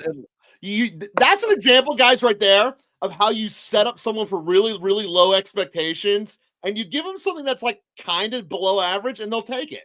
That's how you do trades, by the way. I think he's had, like, you look at it, and the matchups haven't favored him the last couple of weeks, and people might not be looking at that. But after a couple games here, I just want to make sure I have the numbers correct here. After a game this week of 9 points, and week 10 against the New Orleans secondary, which is nothing, but prior to that, 10 points and 7 points, he hasn't been hitting that metric that a lot of people want him to hit. The matchups look great going forward, and somebody might not be willing to give him up, but you could probably put a package together that, especially if a tight end starved team is coming after, wants something for the future, you might be able to put a back end package together for London, and we can talk about more with that as the week goes on. Back to the quick hits. I need to get 21 points from Tank Dell and Houston's defense. The pathway's there. Yeah, dude. I think you got this one, Quincy. The pathway is there. I mean, projectably, like if you were to look at you Dell, probably need Tank to contribute in the first half, though. Yeah, I mean, if you were to look at Dell right now, Joe, what do the projections say for us about Dell? So with good old Dell, let me pull up here. Mm-hmm. Oh shit, there's two. This everything I've said earlier about Houston's defense rings true. They get enough interceptions. They're very formidable in terms of a good enough pass rush. If they can cause turnovers, you can very easily see a pathway where Houston's defense puts up a decent amount of points. And if your league scores sacks, I think the pathway is there, even more so. Let me look up something real quick. So Dell at a worst case floor, we're saying it's 9.7. So I believe it's going to be higher than that. You're probably looking closer to 12.4. And if you get 12.4 out of Dell, I think you're going to be in safe spot. 12.4, being basically 4 catches for 84 yards. Yeah, or he gets that touchdown. Which so 4 catches for 84 feels very Dell-like, doesn't it? Yeah, I mean it does. It truly does. So I mean, looking at how many sacks have been allowed, Dallas is down there. Has allowed 24 sacks, which isn't the worst in the league. It's pretty mid, but still, I think it's very can't run possible. the ball. Yeah, I think it's very possible that Houston does well this week. Hey Nick, I get it. You can feel good. I mean, losing in the NFC Championship is nothing to be sad about. I mean, that's just the reality. So fly Eagles fly, but that's, I think you're going to go get run over by a truck in Detroit. I got a team in a 14-man with Puka, Amah, Pickens, Sutton, Reed, Kamara, no running back 2, and all my running back 2 trades keep getting vetoed. You got Gibson, McLaurin, Ty Johnler, game. Oh, yeah, you're in issues. Of the waiver wire issue, of that waiver wire, I'm probably leaning Roshan. And the reason is at least he can backdoor his way into the end zone, although I don't want to be tied to Chicago at all. Dude, this is just the issue here of this is partially why you shouldn't be vetoing trades. If 2 adults agree to the trade, you let it happen. Unless it's 100% blatantly one-sided, or there was inside information that there's blatant collusion, or if there's just some piece of information that had recently broke that you didn't know about, that one side knew about the other. For instance, you find out, like this happened a couple of years ago. A guy traded Ruggs when the first story broke at like 3 a.m. That he got arrested, and he traded him to another guy who didn't know it yet. Basically, they were really drunk at the same table together. That is the only real times I'm allowing vetoes that should be there.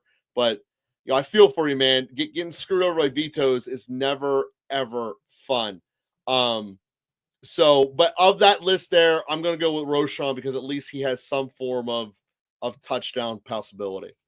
What receivers should I be getting for Neighbors alone or Neighbors plus Harrison? And that's a very good question, Bob. How do you feel about what's Neighbors' fair market value right now? You're on mute for some reason. Did you mute yourself? Did you kill your mic? Bob, what'd you do here? People are scared. There's no doubt about it that people are nervous about the potential for Neighbors to be a struggle bus moving forward. One of the things that needs to be also known about what we're getting here is that from a stat sheet standpoint, Tommy DeVito and Daniel Jones are not that different from one another. No, they're not. So I think it all depends upon what the connection is that's there. He doesn't truly throw the ball super deep. So it does benefit Wan'Dale Robinson a lot more than Malik Neighbors, but there's just no way of not getting Malik Neighbors involved. Well, Neighbors also has this risk of there's nowhere his volume can go except for down. So when we factor this all in, Bob, what's his value? I mean, is it a James Cook? Is that shooting too high? Yeah, I think you're shooting too high because James Cook is at least producing touchdowns right now. Although his yardage isn't where we want it to be at, he is producing touchdowns. I think that when I look at this Devontae Smith? When I look at this situation, and this is the reason I don't want to sell Neighbors yet. This is the exact reason I don't want to sell Neighbors yet. 12, 13, 14. 15, I'm not so sold on now with the way the Giants play, but Tampa, Dallas, New Orleans. That's all you got to say. Yep, that's pretty much it. Tampa, Dallas, New Orleans are the next 3 weeks. Atlanta's week 16, Baltimore's week 15. I'm not so confident that the Giants do well against Baltimore week 15. We just saw what happened to the Steelers. But I'm looking at it and saying to myself, New Orleans is a possibility that Neighbors goes ham. Dallas and Tampa also. So I'm realistically, I'm not willing to move out of Neighbors yet, but I'm tempering my expectations of a wide receiver 2 performance to maybe a wide receiver 3 style of performance. And I know nobody wants to hear that. If I were to trade him, I think that right now, in terms of players that probably people are just similarly scared about, people are similarly scared about CeeDee Lamb. But I think realistically, you might be able to move into a combination of QJ and something else, maybe Ladd and something else. You're not going to be able to move into Juwan Jennings, George Pickens. You might be able to sell Neighbors' schedule hard enough that you could move yourself into AJ Brown. If you were to sell Marv and Neighbors, maybe with the 2 of them, you can get an AJ right? Brown. No, that's what I'm saying. But AJ Brown hasn't been performing right now. Okay, so that's indicative more of how Philadelphia has been using Jalen Hurts as a passer more so than AJ Brown's talent. And I think both these players are in the same situation. When we look at fantasy numbers, AJ Brown obviously missed a bunch of games. But if you were to package for the name value alone, Neighbors and Harrison, you could move into an AJ Brown as long as you sold that up. You have to sell the upcoming schedule of Neighbors. If you're okay with that upcoming schedule and knowing that DeVito is the quarterback and maybe Drew Lock is at some point in time as well, maybe it's just smarter to keep him. Because I don't know if you personally, Marlon, want to move into a QJ. At this I'd point, rather have Neighbors than Quentin Johnston. But again, Quentin Johnston's performances are definitely the volume. What I'm saying is that the volume is there-ish enough when he's healthy. Yeah, but you're never going to replace the volume in Neighbors, which, I mean, I guess the other part is this is Neighbors could still, I mean, what if it's exactly the same and he gives them all the stupid volume because he's an inferior quarterback who only chucks the ball at his best player? That's normally what they do anyway. So I think, Marlon, the real answer to your question is this. If I'm approaching the Neighbors situation, I'm keeping him. Exploring at least the week of what it looks like with DeVito, and then because his perceived value can't really get much lower than what the worst case scenario is, because everyone already assumes DeVito's the worst case scenario. Correct. If he shows you anything that's like salvageable, you're having a much different conversation next week. And Marlon, that's how I would want to approach this. I think Bob's 100% right. You got to sit on him for a week and see what happens. So, Paulo, this trade here you did before that went through of Lamar, D-Hop, Chuba, Tua, and Pickens. Tua paid off this week. This week. Pickens paid off this week as well. Chuba was on the bye. Debo didn't pay off, but I think better futures ahead. I'm still in the Debo. More respect for your Colts, George. You know, I don't know what to tell you, man. I mean, you guys should have been a legit contender for this division, but everyone points to the fact that your quarterback shows a train wreck, which it is. But the reality is that when push comes to shove, you guys don't get a stop when you need it. I mean, that's the reality. I mean, all on you, by the way. I was on you guys as one of the teams that should not have been an underdog and was. I had 3 of them this weekend, nailed that parlay on the money lines. Colts was one of them because, let's face it, the Jets suck. I mean, you held off Rodgers. I'll give you that. But that's not the accomplishment it was. So, again, when I look at this, ever since Eberflus has been your defensive coordinator, That has been your problem. And since you lost the guy who changed his name at middle linebacker, you're not really getting the turnovers.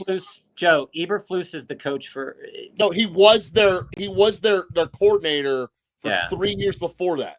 It's been 5 years of soft defenses. But I will say this. There is a chance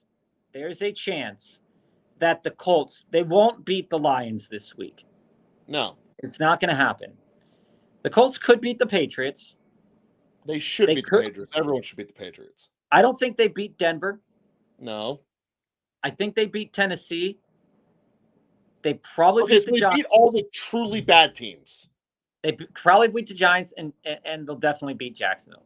So basically, you just said that they can beat all the teams that are D's or lower. Well, this team should have been a B+ team, not a C- team. Dude, that's the reality. They have left on their schedule. You can only beat the teams that are left on the schedule. That's who they have. They also should be able to beat teams like Denver, but they can't. That's the fundamental problem. If they were a B+ team, they would be able to beat Denver. The reality is they're a C- team. They should have been a B+. So Nix is different. Bo Nix is gonna crash Earth eventually. Steve, having a Ma is always a good thing. But they're sitting there, Joe. They're sitting there at 5-6. They rattle off these wins, and Houston starts lose to all the teams they need to beat in the tiebreaker. But all they need to be is sitting. They need to get themselves ahead of Houston. Houston could totally drop a couple games, and all of a sudden, if Indy can win those games, they're in the hunt.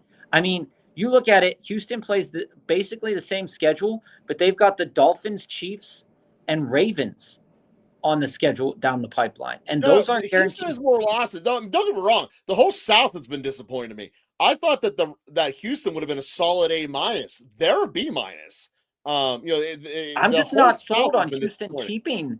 I'm not sold on Houston keeping their division lead. To be honest with you, so I think the Colts I don't see how they don't. They have too many internal division tiebreakers. Steve, in that case, if you already have a Ma, you obviously can't trade for somebody you got. The equivalent of that trade would then be J. Jeff. I love that for you. Amon had a great week this week. Goff or Tua week 12. Tua's playing New England, and Goff is who's Goff going to blow up this week? He's on the Colts. He's against the Colts. I think you have to play Goff. For all the reasons I just said, Goff. Yeah, I think you have to play Goff. I use the angel food cake breaking down example. Even though the matchup is still good for Tua, the matchup is still very good for Tua.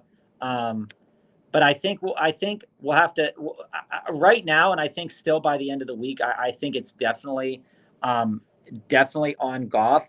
But I would be cautious, and this is what kept me away from Goff in general last week, and it is my caution on it in general is that Tua's matchup is slightly better than Goff's for the sheer inkling as it was this past week that Jacksonville is absolutely also atrocious, or Indy is absolutely atrocious against the run as well. So looking at the metrics, if they decide to run more than they pass, and that didn't happen this past week because Jacksonville was just absolutely atrocious on passing. But if you watch that game against Jacksonville, they started the game off with 3 running touchdowns, and then they threw their asses off. They don't care.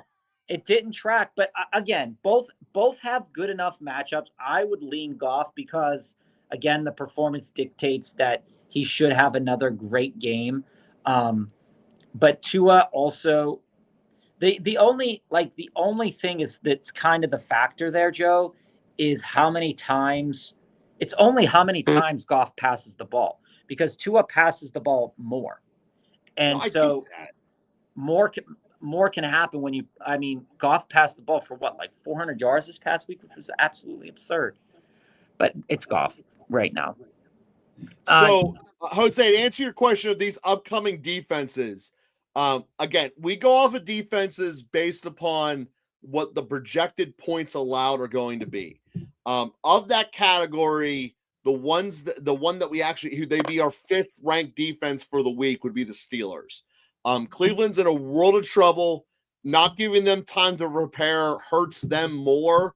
In a standard environment, when you look at it, of all the units that are going to be on that field, the Cleveland offense is by far the worst compared to the other 3. Mhm. And I think the Steelers overall are going to play exactly the way Tomlin always plays Thursday Night Football. Run the ball, get the game over as quickly as possible, keep it low scoring, and sack the inferior team. And that's what's going to happen.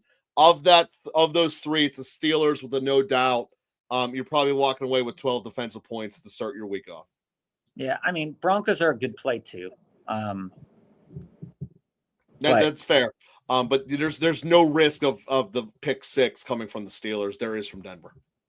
Yeah, I mean, that's fair. Jameis throws the ball a lot, so No, I mean the offense throwing a pick 6 and hurting your defensive metric as a result. True. So yeah, because Russell Wilson doesn't throw a pick 6. Would you trade either JSN, D Hop, or Mooney for Chase Brown or Tracy or JPT? Dude, there's no way you're getting this through. Trone, I'm very curious. Who did you end up starting this week? Because I know we had a lot of back and forth about Terry McLaurin, and Terry McLaurin just laid a goose egg against, Quinion Mitchell from the Eagles, who's proving to be a really stellar cornerback. I'm curious who you ended up starting. If you ended up starting JSN this week, like Joe suggested that he would be a good start this week. I think that if I'm trading anybody, the guy there with obviously the most value is JSN. JSN could easily turn you into Tyrone Tracy. No questions asked. I mean, Tyrone Tracy's probably serving as some people's flex running back, and most people are flexing JSN at minimum. Your team, your lineup is very clearly that JSN. I mean, depending on how you view this coming back, is JSN's volume has been really good, and I would say that he carries the most value out of any of those wide receivers that you have that you aren't willing to give up. D-Hop, while I would want to move D-Hop, he doesn't carry as much value, and Mooney with the injured hamstring doesn't carry nearly as much value. So you're not going to get JT. So I mean, I guess Bob, let's back up to the larger question at hand. Would you rather start at flex Tracy, JSN, or Chase Brown? Starting point, just because that's what his starting question is. Right. I think which one would you rather start? All 3 are valuable. One of the notions that I think we need to understand though about Tracy, and it's something that we can kind of look into a little bit more as the week goes on here too, Joe, is just the offensive line and how that offensive line is going to project moving forward with a quarterback that isn't very much different than Daniel Jones. So I don't really see a huge drop off in what's going to happen with Tracy. And the thing for me about a guy like JSN, of course, is that slot wide receiver volume is easier to project in certain matchups, but also it's something that, if used properly, it can lead to a lot of scoring. We just saw it this week where he had a ton of receptions, and that's kind of like what we're striving for, like a Wan'Dale Robinson to be, but never is. But what Jackson does is that he really, when he gets a chance to go, he goes. I mean, the last 2 weeks that he's played, he's gotten 13 and 11 targets. Now with DK back and DK healthy, I could see his targets dipping to about 7 or 8, which still leaves you in the realm of like 60 yards to 80 yards for Jackson, right? Then you look at Tyrone Tracy, and Tyrone Tracy, in order to be super relevant, will need to score a touchdown. And while I think that he's capable of getting like 100 yards a game, he needs to score a touchdown to be super relevant on your team, Trone. And when I look at Chase Brown, you're not going to be able to go after Taylor, and I don't want to as long as Richardson is there, because Richardson will steal carries um, Sure will. from Taylor. But as I look at it coming down here, I see Arizona, Jets, Arizona, Green Bay, Minnesota, Chicago on the schedule for JSN. And I think I'd like to look into how they do against slot wide receivers, because even though he has the most value, he might be worth keeping more so.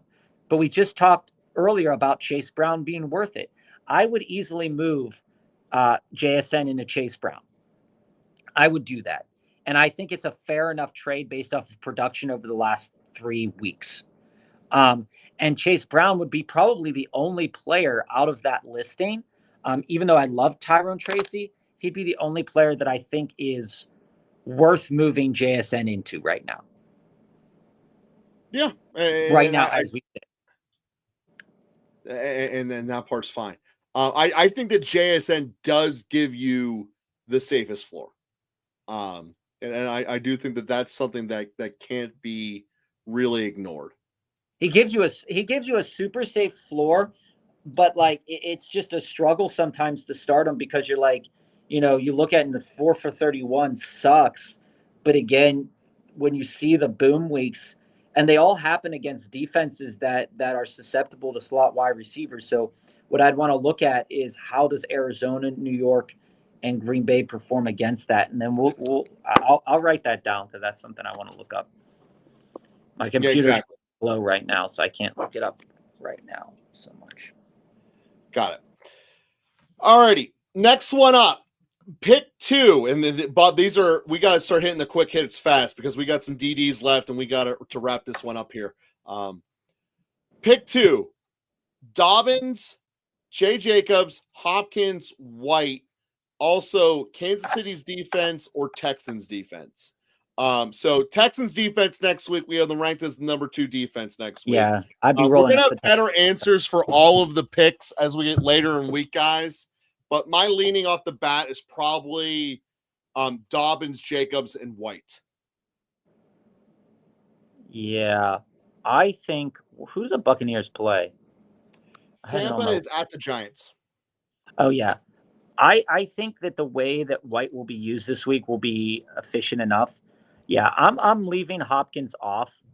I'm leaving Hopkins off, and I think looking at the game, I think that Jacobs, Green Bay plays. I hate when I write stuff down that I can't find. Green Bay plays 49ers. When I write stuff down I can't read.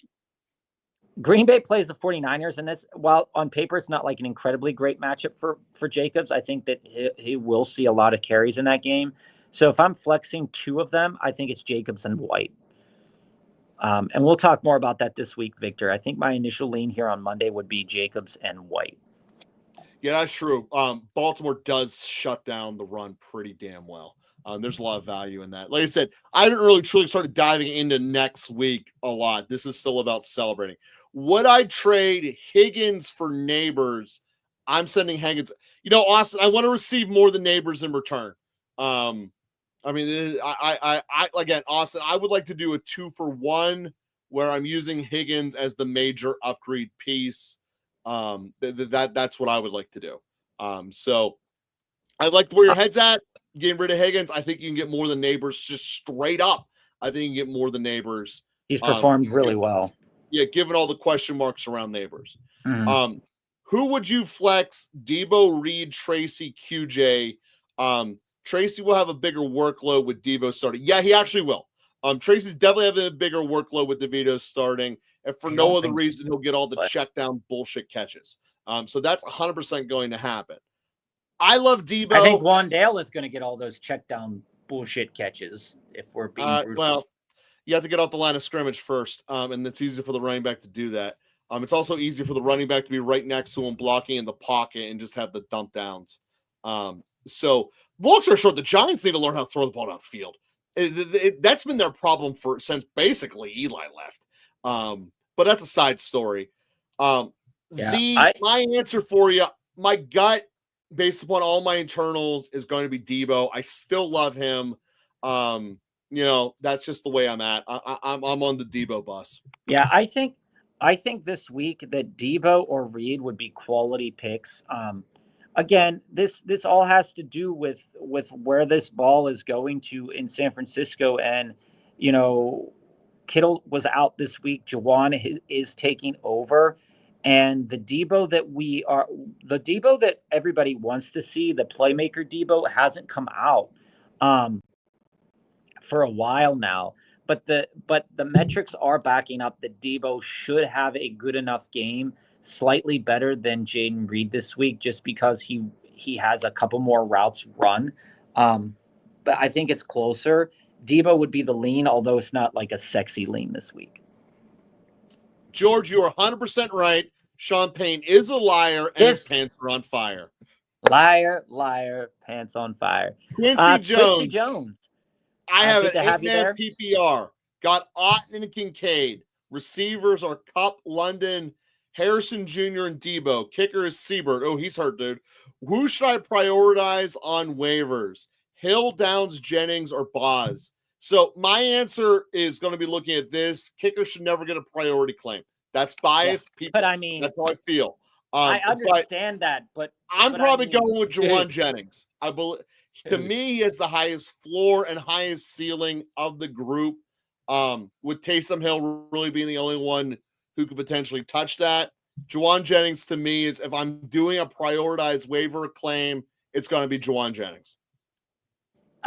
So I'm going to go against the grain here. I do like Jawan Jennings. I think that he's incredible.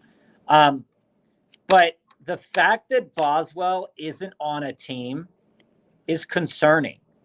He's the best kicker in the league. Priority claim, though. Dude, he's the best kicker in the league by 20 so points. So, as I see it, if I have a hurt kicker and Siebert's not playing, because Siebert's the third best kicker, if Siebert's not playing, I'm looking at your team as an 8-man league, right? So everybody pretty much has stacked lineups. And that's fair. As I look at it, Quincy, I think that Jennings comfortably slots ahead of MHJ for me on a week-to-week basis. So does Debo. I can get not wanting both the Niners quarter. I can get behind Jawan in a heartbeat. And when I look at Downs, I need to see more weeks where it's consistent with Anthony Richardson to trust Downs. Mm-hmm. Taysom Hill is definitely worth a pickup if you are willing and less risk averse. But the stats are there that if there's a chance that New Orleans is going to be a good running team at the back half of the season, as the schedule dictates, that Taysom's going to play a role in that.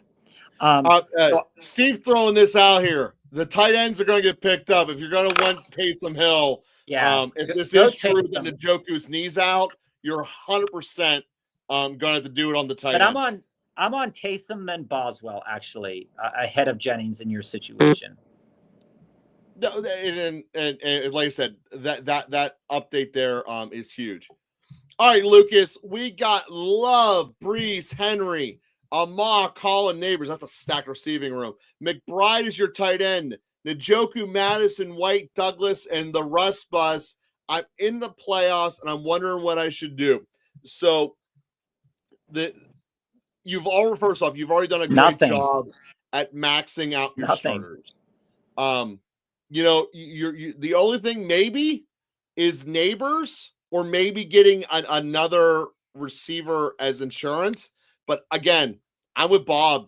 I'm riding this one through 12-man PPR. This team is stacked, dude. With Ahmad, Collins, and King Henry, you're probably winning with just those three. And the only worry that I have is when Houston goes on their bye, who am I starting at wide receiver? And I would just look at what I would do. The only thing I would do is I would look at when what's the bye week for Houston, Joe? It's either 14 or 12. And I would look at my waivers and I would see who right now. I would do it right now, actually. So Houston has their bye week 14. I would go on waivers right now and I would look at the matchups for week 14 and I would choose the wide receiver on waivers that has the best possible matchup week 14. That's what I But would if do you're already in the right now. playoffs and you do, but yeah, because you don't need Pop Douglas. He's never cracking your lineup. Quite frankly, nearest Madison. Those are both cuttable. And if Njoku is out for any extended time, you don't need to have a second tight end either. Yeah. But So that's what I would do to make to just to like, even just to say, like, you know, looking at it, like, where is the value of Madison for your team moving forward? That's the only question. Is once you get into the playoffs, reasonably speaking, is Madison gonna slot in for you at any position? No. Is there somebody with a better playoff? And even what I said about week 14, if you're getting home field, if you're getting the bye in week 15, see who has the best matchup week 16 in case an injury were to happen or in case something were to happen. See who has the best matchup on the waiver wires and just pick them up, because speculatively, it can't hurt you. That's also true. They're good speculation for 14. They're probably going to have good speculation now. Would you trade Cook, Monty, or Pickens?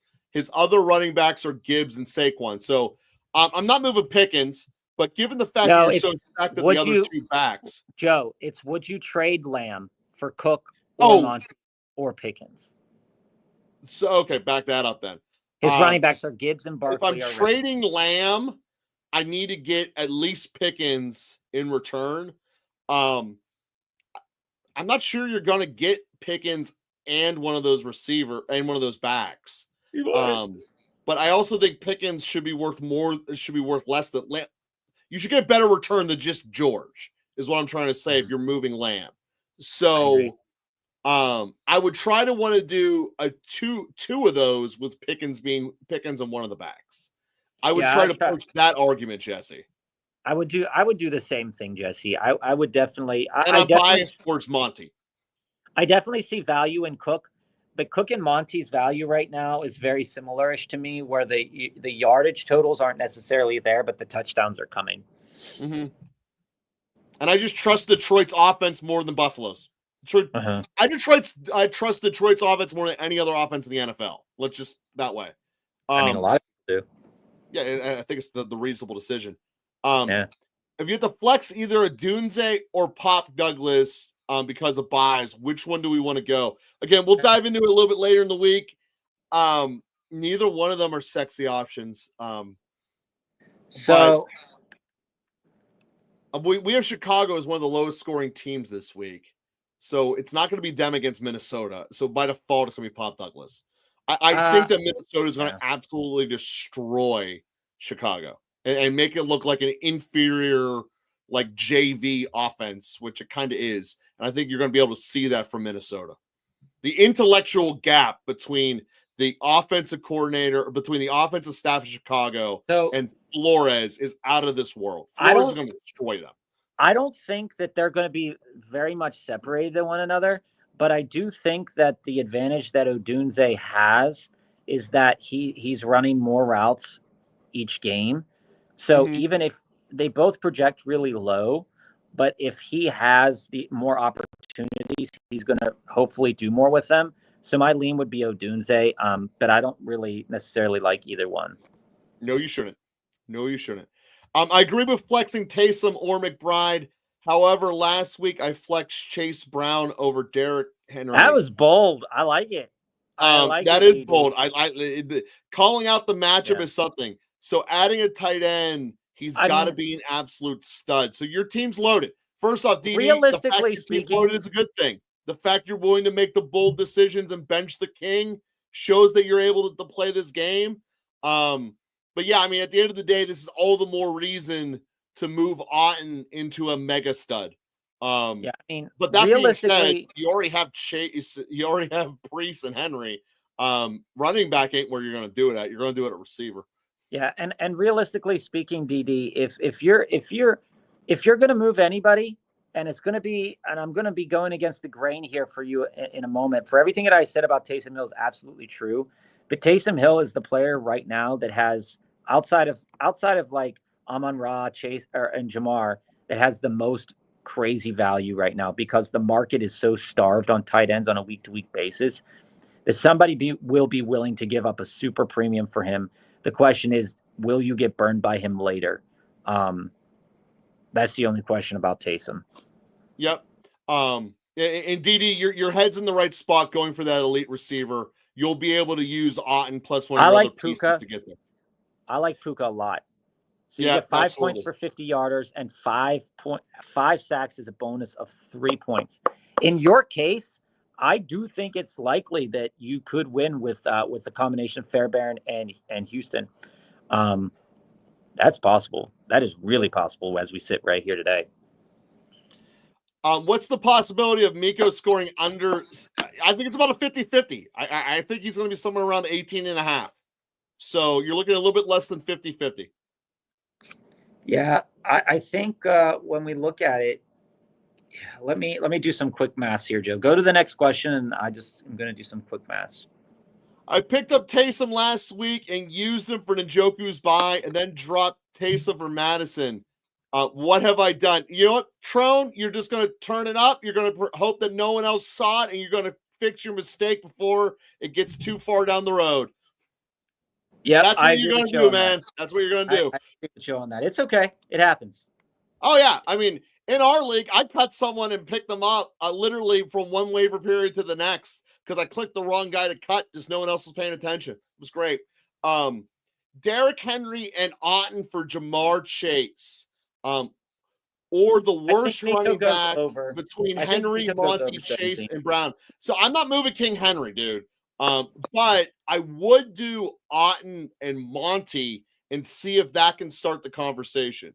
I would much rather move Hall. If gun to my head, King Henry or Breece Hall, I'm picking Breece Hall every time.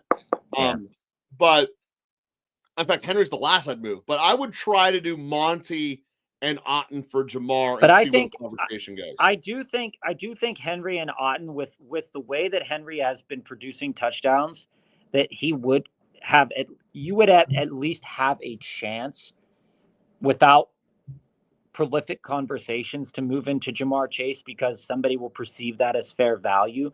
But even knowing that too, Joe, you know, you're looking at the touchdown. Baltimore again. He's not going to score 5 million points again.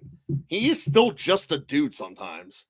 I understand that, but what I'm more so saying is that when you go in and you look at the touchdown markets for running backs, David Montgomery is only 3 behind Derrick Henry. So what Joe stated about Monty and Otton is that trade is at least gets the conversation going. And I think the thing that you should push for, if you are pushing for, you know, like in the conversation for that trade at least, is looking at where they sit. David Montgomery is the 8th running back in terms of points in a standard league right now. When the market goes out to a PPR league, he's still 10th. Okay, so the adjustment doesn't change much. But to Joe's end about Breece Hall, is Breece Hall still sitting at 5th in terms of PPR running backs? Derrick Henry at 1st. So it's not all that crazy, depending on who you like and who you don't like. I think more so, DD, where this comes down to is which one of those running backs do you not like the rest of the way? And then moving that one. Yeah, and maybe it is Henry. Maybe that's why you're benching him. I agree, really down to hit a home run. I don't want to trade for a back-end piece. Last time Bob told me to put all my marbles in, and it got an injured JT, and it paid off. So, you know, like I said, there's times to do this recon. The playoffs, you need to have a thin roster that's strong. Stronger but thinner is how you win in fantasy playoffs, not in real life playoffs. Right. Burrow on bye next week. Who should I pick up? Not many quarterbacks other than Richardson, May, Love, Minshew. I may not got Mitch's low. All right. So you might not be able to get Richardson because you're too low on the waiver priority, AT. But that's certainly the one you do. If not, you probably got to go May. So we look on bye week. We look at. I want to avoid Levis. Levis is actually last on my list because of that, because of his one-off hit that made him look good. I don't think Levis has sustainability factor. I would rank these as Richardson, May, Minshew, Rush, Levis. So the only reason that I'm really on A-Rich this week is for the fact that Indy should be able to run the ball against the Lions. And if they do, it could set up for some Richardson touchdown runs. I'm not as into the passing game for them this week. But it's a good enough matchup that if he were to throw the ball 30 times a game like he did last week, then we could have another good fantasy performance. But if he reverts to passing the ball 21 times, then we could have a problem. So Richardson is definitely a good look this week. And the I don't like Drake May this week. So, and Minshew's not that bad. Minshew could come out and do something, but again, it's most likely Richardson, and then it's most likely Minshew at that point in time. But again, watch and see who people drop. Maybe somebody drops a quarterback, and that is possible. Sometimes people cut their quarterbacks doesn't help you this week because they're going to cut the people on bye. All right, DD. So clearly you prefer Breece Hall over Derrick Henry. This is what he's proposing. King Henry, CD, and Otten for Chase and Puka. That gets it through. I'm okay with that. I mean, like I said, that's living off the way you want to play. I mean, the other part of this is you got to go with who you want. Recon, as you can see, we're plowing through the last of the quick hitters. We do got time limits here. One is suggesting to go back end. The other is saying to get a top. No, dude, I'm not saying get a top 3 receiver.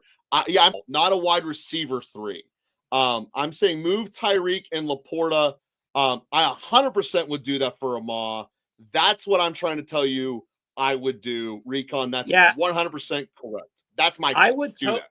And I would totally do that, but I just don't think somebody would accept it. So, well, then you get JJ. And you just go down the column. I think Ahmad's the one that's most likely to go through those. The guy is going to want, and this is where you got to play it. The guy is probably going to want a running back.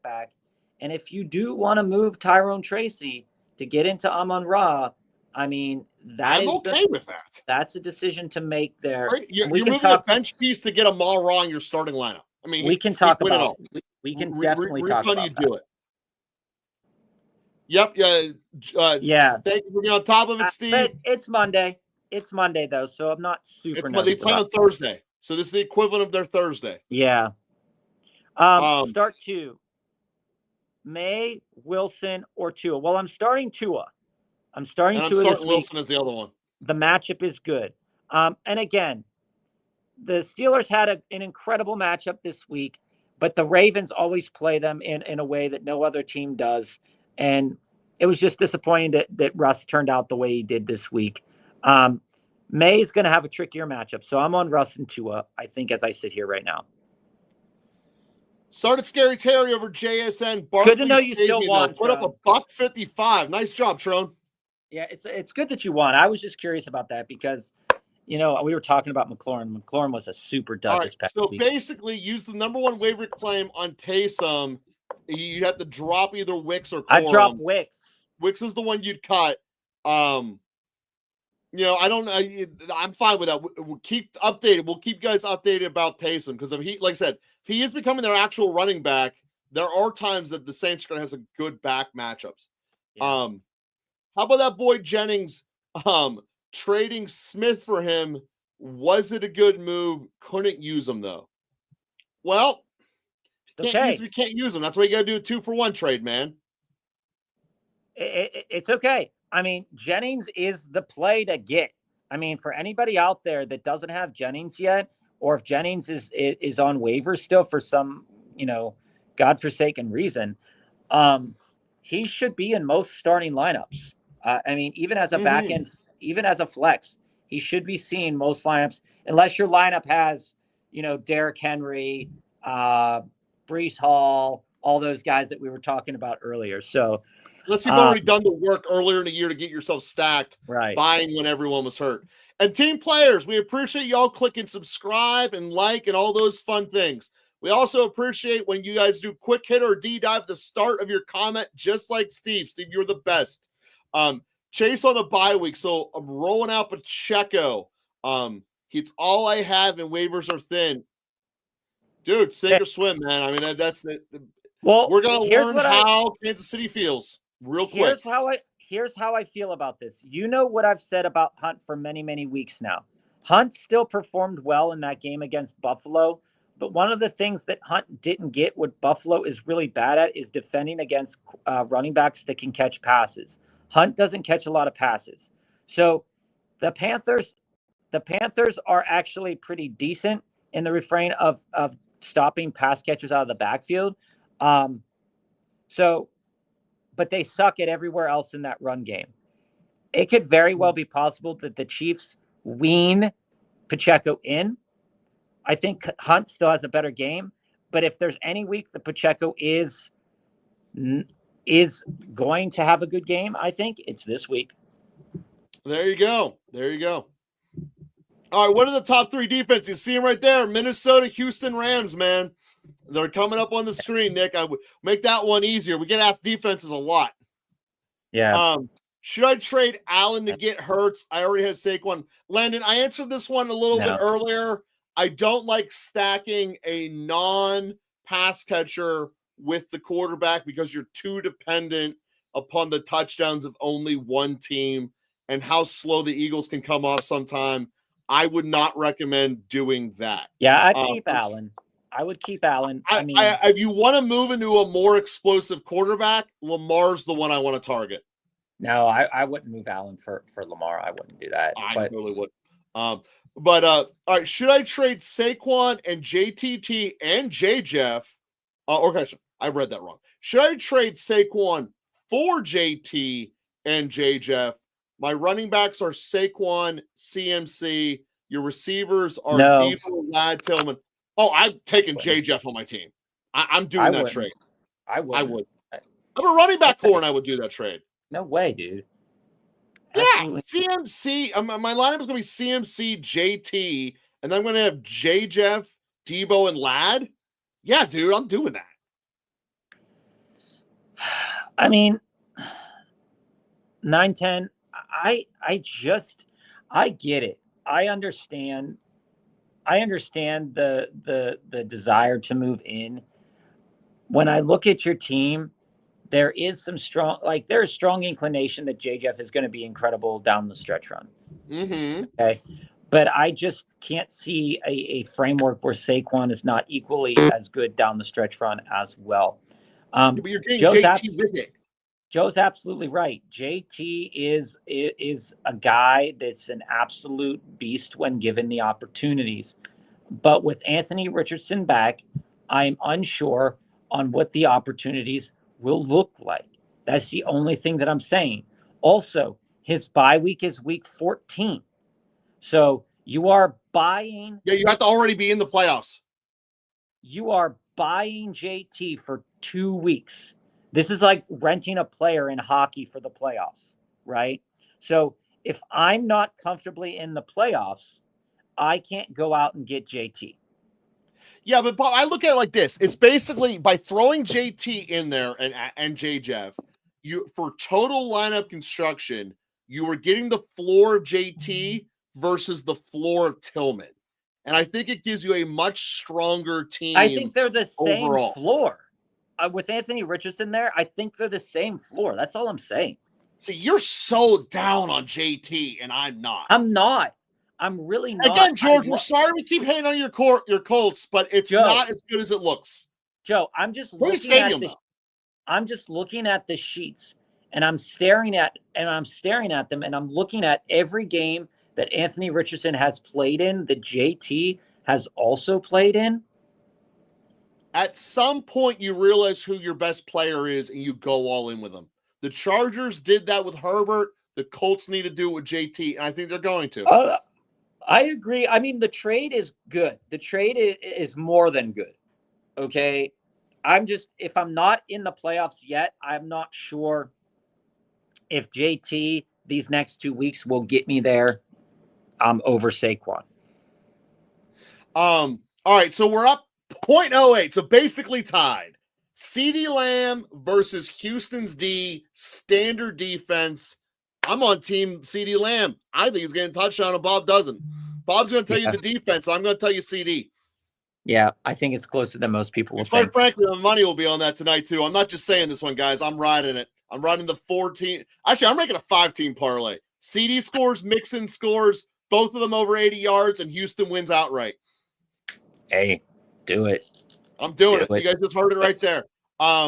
Stafford or May this week. I can't be on May. We got him as such one of the lowest scoring offenses of the week. But so I Stafford can't be. It is by default. I don't know if I can be on. I don't know if I could be on Stafford.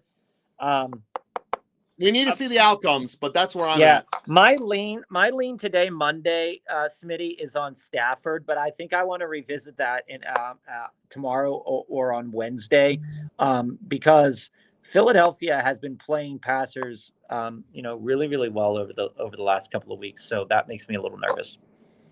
I need Rico and Nico. Oh, the Nicos. To combine for 41 or 34.1. Do you think it happens? That's a tough putt, dude. You need Rico. I think Nico gets 20. I think Nico can go for 20. I don't think Rico gets you 12. So therefore, we think we're going to miss by 2.5. Yeah, it just depends on what Rico does, I think. Yeah, that's all on Dowdle. Collins is the safe one there. Reasons for moving off of Henry is he plays the Chargers, Philly, week. I'm there with you. I get it. I'm there with you. I totally get it. Yeah, I just love him more than Breece Hall. I'm a Steelers fan, and I love it, King Henry.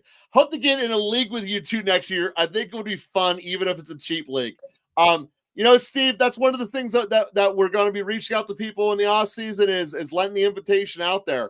Whether it be a best ball format league or or just an overall straight league, we'll figure it out then. But we do have 2 more deep dives to give before we pop off today. They're going to be our final 2. We got Jesse and George. Jesse's, would you stick with Otton or trade in for Bowers or Kelsey? A guy in my league has both of them. I'm down 20 on points. I have a receipt. So the second one's the second question. So Jesse, being brutally honest with you, I mean, I don't think there's a capacity in which most people, unless Brock Bowers right now, in terms of volume alone, I mean, we just saw incredibly stupid volume this week. But the last 2 weeks have been for him as well. So where I fall on this is that he's a player right now who's finished in the top 5 of tight ends 1, 2, 3, 4, 5, 6 times this year. And looking at it on paper, the matchup against Kansas City should fare him well. If I'm going after anybody, and especially in the tight end market, you've chosen the 2 that are reasonable to go after. I don't know why they didn't put Kelsey in the game plan more as a pass catcher. That really didn't make any sense to me. It did not make sense to me either. So I'm still willing to move into Kelsey, and you could still buy Kelsey really cheap. In most respects, because of people are going to be weirded out about the usage of Kelsey this past week. Realistically, I don't think you can buy Bowers for anything outside of like a David Montgomery type of running back, which isn't worth doing. I don't think you can do that right now. But I do think you could buy Kelsey because he was slated to go off pretty strongly, and he didn't. The games against Carolina, Vegas, Chargers, Cleveland, all those games are very possible that he can go off again. So I'm okay buying into Kelsey, but I'm also okay keeping Otton. To be brutally honest with you, is that, like I said earlier in the show, Otton is one of those players, and I know you were listening to this part of the conversation. Otton's one of those players that if you don't have to move him, don't move him. Even with Mike Evans coming back, he's probably going to normalize in a volume space because of how Tampa Bay passes the ball. He's probably going to normalize into that 6 to 8 target range.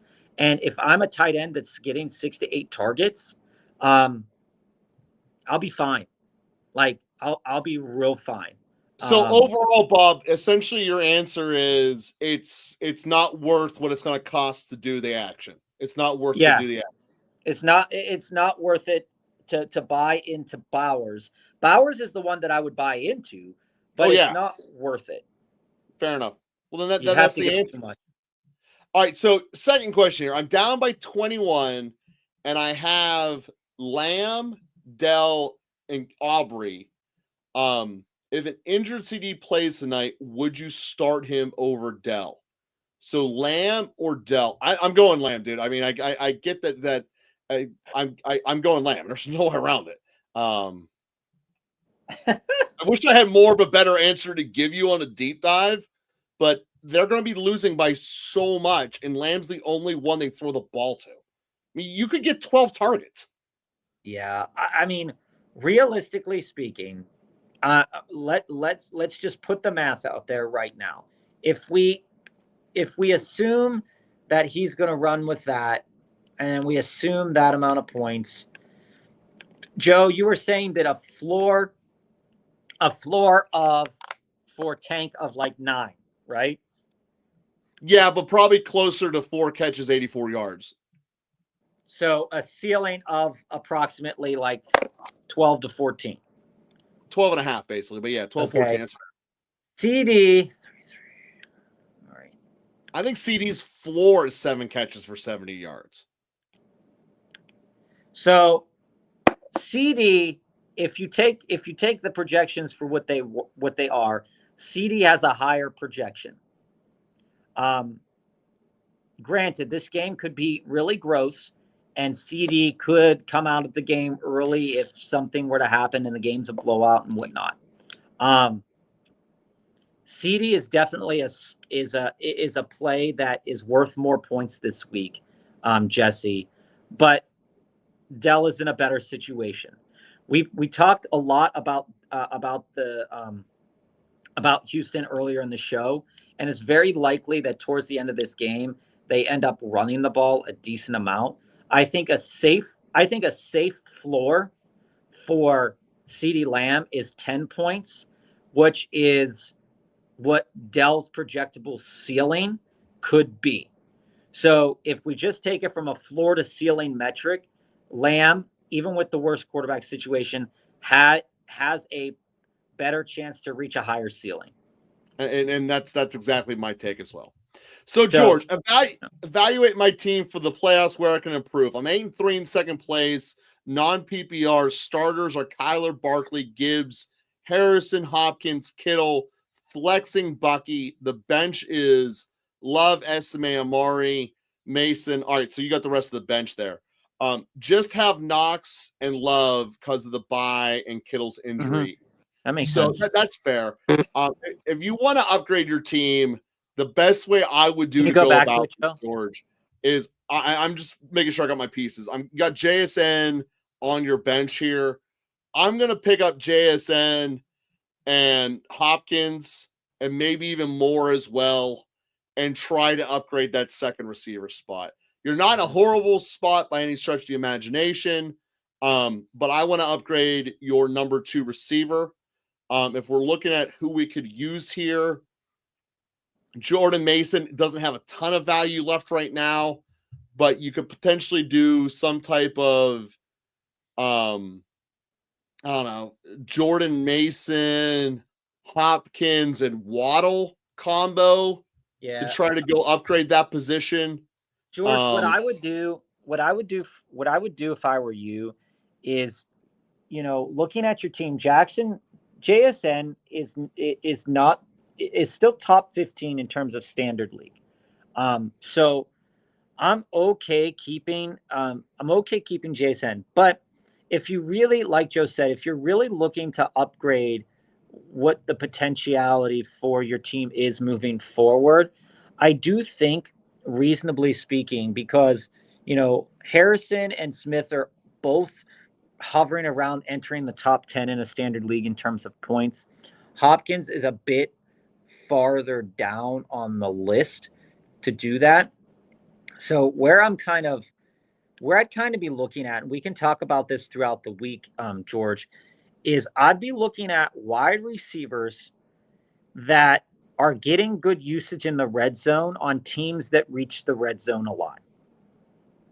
I know that's kind of a weirdly loaded question to talk about, but because these catches don't really do anything for you, and it's the yardage totals or the touchdowns that do, I'd be looking at wide receivers that have a chance, that are getting looks in the red zone on teams that have found the red zone a lot and have the likelihood to get into the red zone more over the next couple of weeks. And also, I'd be looking at wide receivers that have the best chance to go over 100 yards in a given week. Those two are not mutually exclusive. So one of the players that stands out to me as a guy to look into would be Quentin Johnston. Although he's not super sexy, the touchdowns have been there enough. Mike Evans being hurt is another guy to kind of look into. Monitor Darnell Mooney, another market that's kind of an interesting one. He is one of the higher guys in terms of standard leagues. He's a top 10 guy in standard leagues right now. If you're looking for guys that maybe could have the potential on the rise mentality, you can't turn your eyes away from Calvin Ridley's volume. Yes, Nick Westbrook-Akine got the touchdown this week. And yes, his volume was a little bit lower this week, but that was expected against this Minnesota team. They do have Jacksonville on the schedule as well. And to think about how I can get into players like that. So looking at players where even Jacoby Myers, right? Looking at players that are getting volume in good situations or players that are getting overall volume and they're not mutually exclusive.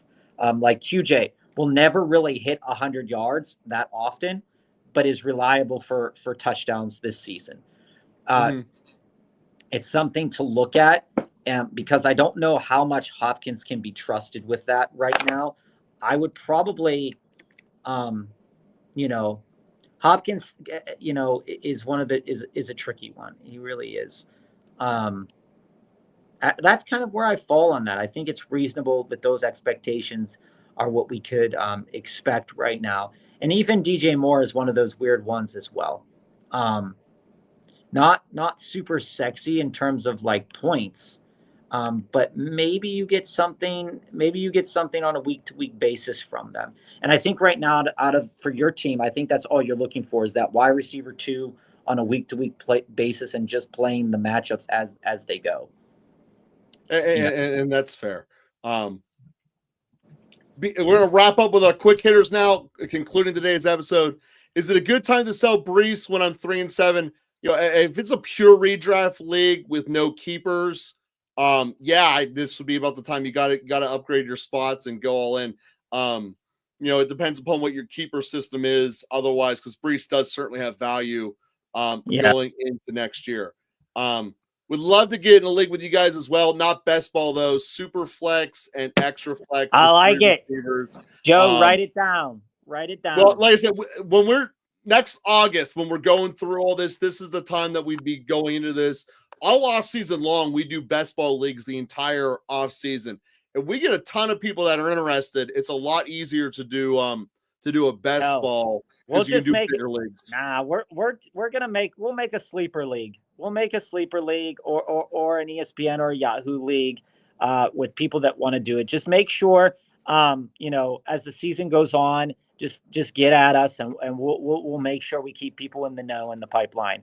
That's exactly we'll be having episodes all year. So all summer long, yeah. All year. They won't be as regular, or they might not be as regular as they are now. They'll be at least once a week. Hey guys, I'm thinking of sending over an offer. I would offer Nix and McBride for Burrow and Kelsey. I think you're overpaying, dude. I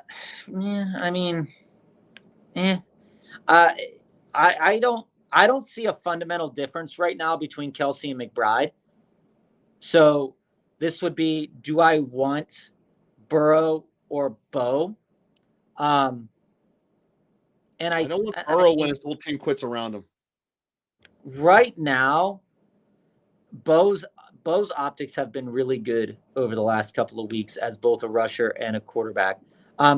The only thing about Bo is his bye week is week 14. So he's going to have probably incredible games against Vegas and Cleveland, but then his bye week is week 14. Joe Burrow's is this week. So if you need if it depends on if you can eat Burrow's bye this week. If you could eat Burrow's bye this week, Cincinnati has on the schedule, he's a competitor. He has on the schedule Steelers, Dallas, Tennessee, Cleveland. While the Tennessee game doesn't benefit Burrow a lot, that's the, do you want to suffer Bo Nix week 14 bye and play with the mangled quarterback mess that could be week 14? It just depends. Yep. All right, so I was thinking London as you commented, Bob, but I don't know what I can conclude on include on the trade.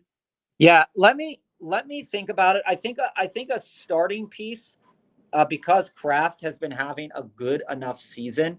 I think that Tucker Kraft is a good element to put into a trade in this conversation.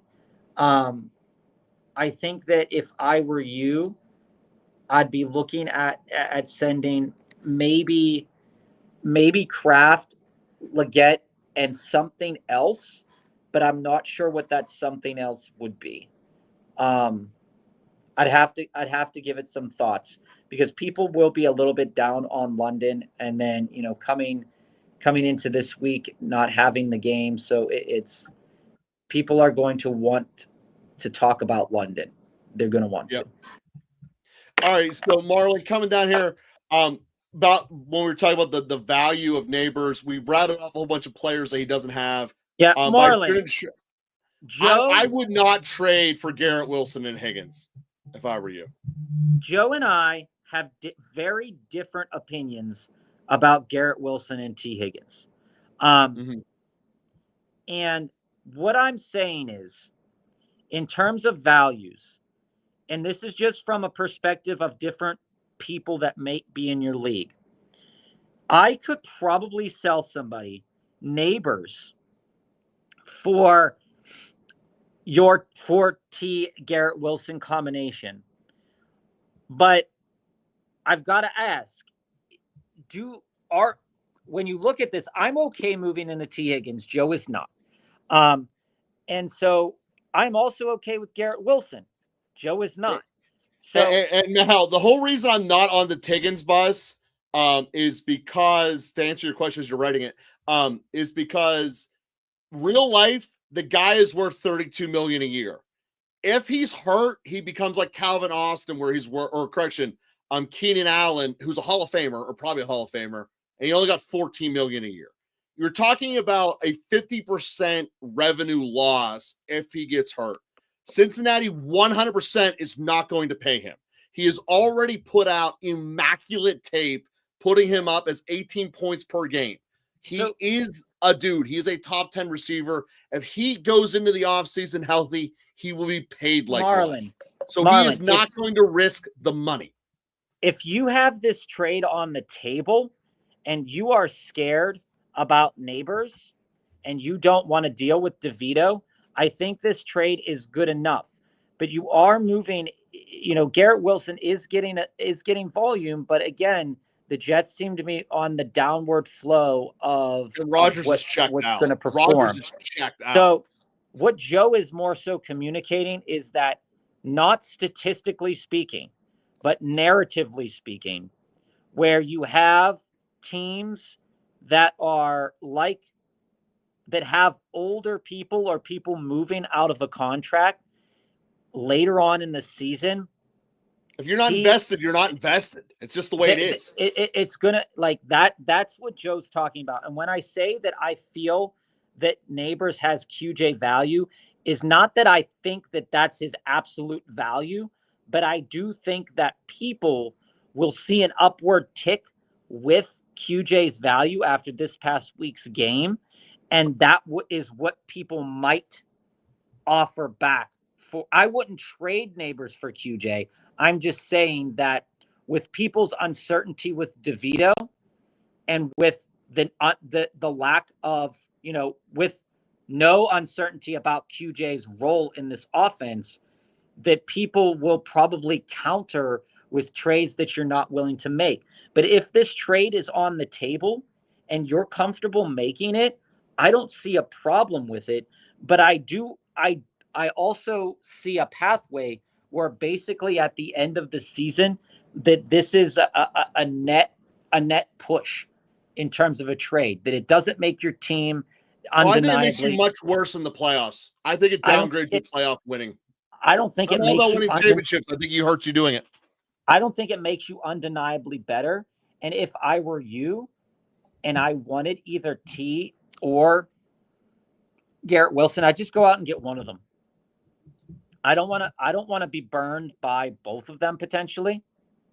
I just want to go out and get one of them. So if I wanted to move Neighbors and say Neighbors into Garrett Wilson because Garrett Wilson's seeing the downturn, maybe you do that. But what I want to communicate though is that Tommy DeVito's not that much different than Daniel Jones. This this situation's not much different than what we might see in Dallas tonight. The targets will most likely still be there. Um, so I don't really see the necessity of the trade more so. But if it's on the table, it's worth accepting. It is worth accepting. All right, so Quincy, we answered this one a little bit earlier. It's Wilson and Tua. Click back earlier in the show to get the deeper dive. Two-man quarterback or two quarterback league have Minshew, May, and Carr. Guys don't want to trade quarterbacks. You have Hill, Lamb, and Adams, but they won't trade anyone. You're at 500. I mean, John, I can't help. If people don't want to trade you, don't want to trade you. You should never do an overpay for it. That being said, I'm riding Minshew and Carr this week and just kind of see where it lies. You made your value at the receiver spot, and like I said, we'll see how it pans out for you. I'm with you. I'm with Joe. And then your follow-up question is that should I trade Hill and Adams for Reed and Harrison? No. No.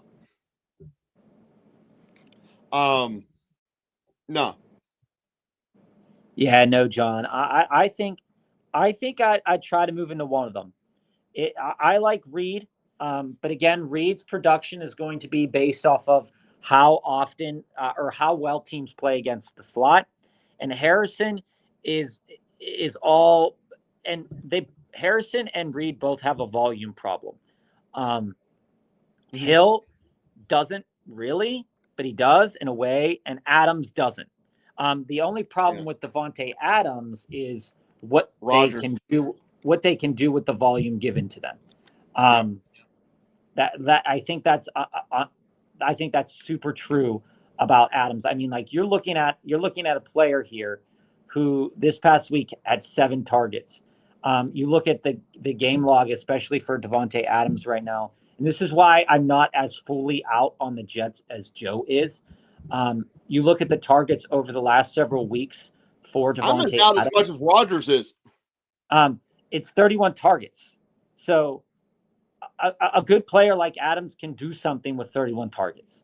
A good player like Garrett Wilson could do something with the targets that they're given. The thing is, those targets from Rodgers are very quickly starting to look like targets from Levis. In terms of Tracy, and this is this thing. Tommy DeVito, like I said, is not that much. I mean, not that much different from Daniel Jones, but he's someone different. And yes, that's a good way of putting it. This will lead to more Tracy runs, but I just want to be cautiously optimistic in a way, but yet not so at the same time. Is that when we see a quarterback struggle, even if it leads to more Tracy runs, the Tracy runs aren't going to be valuable. This is the same thing that happens to Ramondre Stevenson. Okay, Ramondre Stevenson Tracy is way more efficient than Ramondre Stevenson. There's no doubt about that. But when I look at it and I say, okay, Ramondre Stevenson, outside of Drake May, suffered under some terrible quarterbacking play, and it never led to anything, outside of that year where he was close to 1,000 yards, anything that was like super productive. So while I think that Tracy's a bit more talented at this point in his career, I'm also not saying that like Tracy is a must keep if you have him, and I think Mm-hmm. he's worth a start most weeks if you have him. But also at the same point in time, like I don't think it like benefits him hugely than he was already at. Yeah. So I don't think my his bottom value line has is changed, but I don't think I it's gotten any better. Bob got away from the quick hit. The fundamental answer is I do believe it helps him. But I think Bob said it best. It's more of just a different. And I actually think it's going to help him because of the lack of play recognition from the veto. Fair. AT, we answered this one already. It's going to be Lamb. Go back for Mhm. a deeper answer on that. Yeah. Marlon, I'll let Bob hit this one to wrap it up. But we rate Scary Terry pretty decently, pretty much in that second, third tier range of Yeah. receivers overall. He's clearly a wide receiver number 2 at worst. So to end it, Marlon, this will be the last question here. To end it up, looking down the pipeline, um, all of these matchups for him, he is upcoming. He's slated to get around the same production he's been getting all season. Okay, so outside of the bye week that he has, I'm not really scared about Terry McLaurin moving forward. The only question mark that we have for Terry is that will Kingsbury decide to like not use him at all? Which That's I the don't think question. you got to worry about. So we'll get you deeper answers moving forward. Tracy Swift or Pacheco. My lean, we'll Well, it's dive not into it much Swift. more. It's probably Tracy. For It's me, definitely not Swift. Um, yeah. and if any matchup is going to benefit Tracy, it's definitely this one against the Buccaneers. But Pacheco's a decent play if he gets a full complement of snaps. All right. So last question here, Revan. Traded D Hop for Bowers. Needed the help with Kincaid out. Worked well Woo! this week. D Hop for Woo! Bowers is an amazing win, Revan. You hit that one out of the park. That's Revan, a I great can't note to believe end the that show happened, on. man. Team That is players, you're beautiful. awesome. Thank you all for clicking like and subscribe. And we will be with you again here tomorrow, 3:45 Eastern.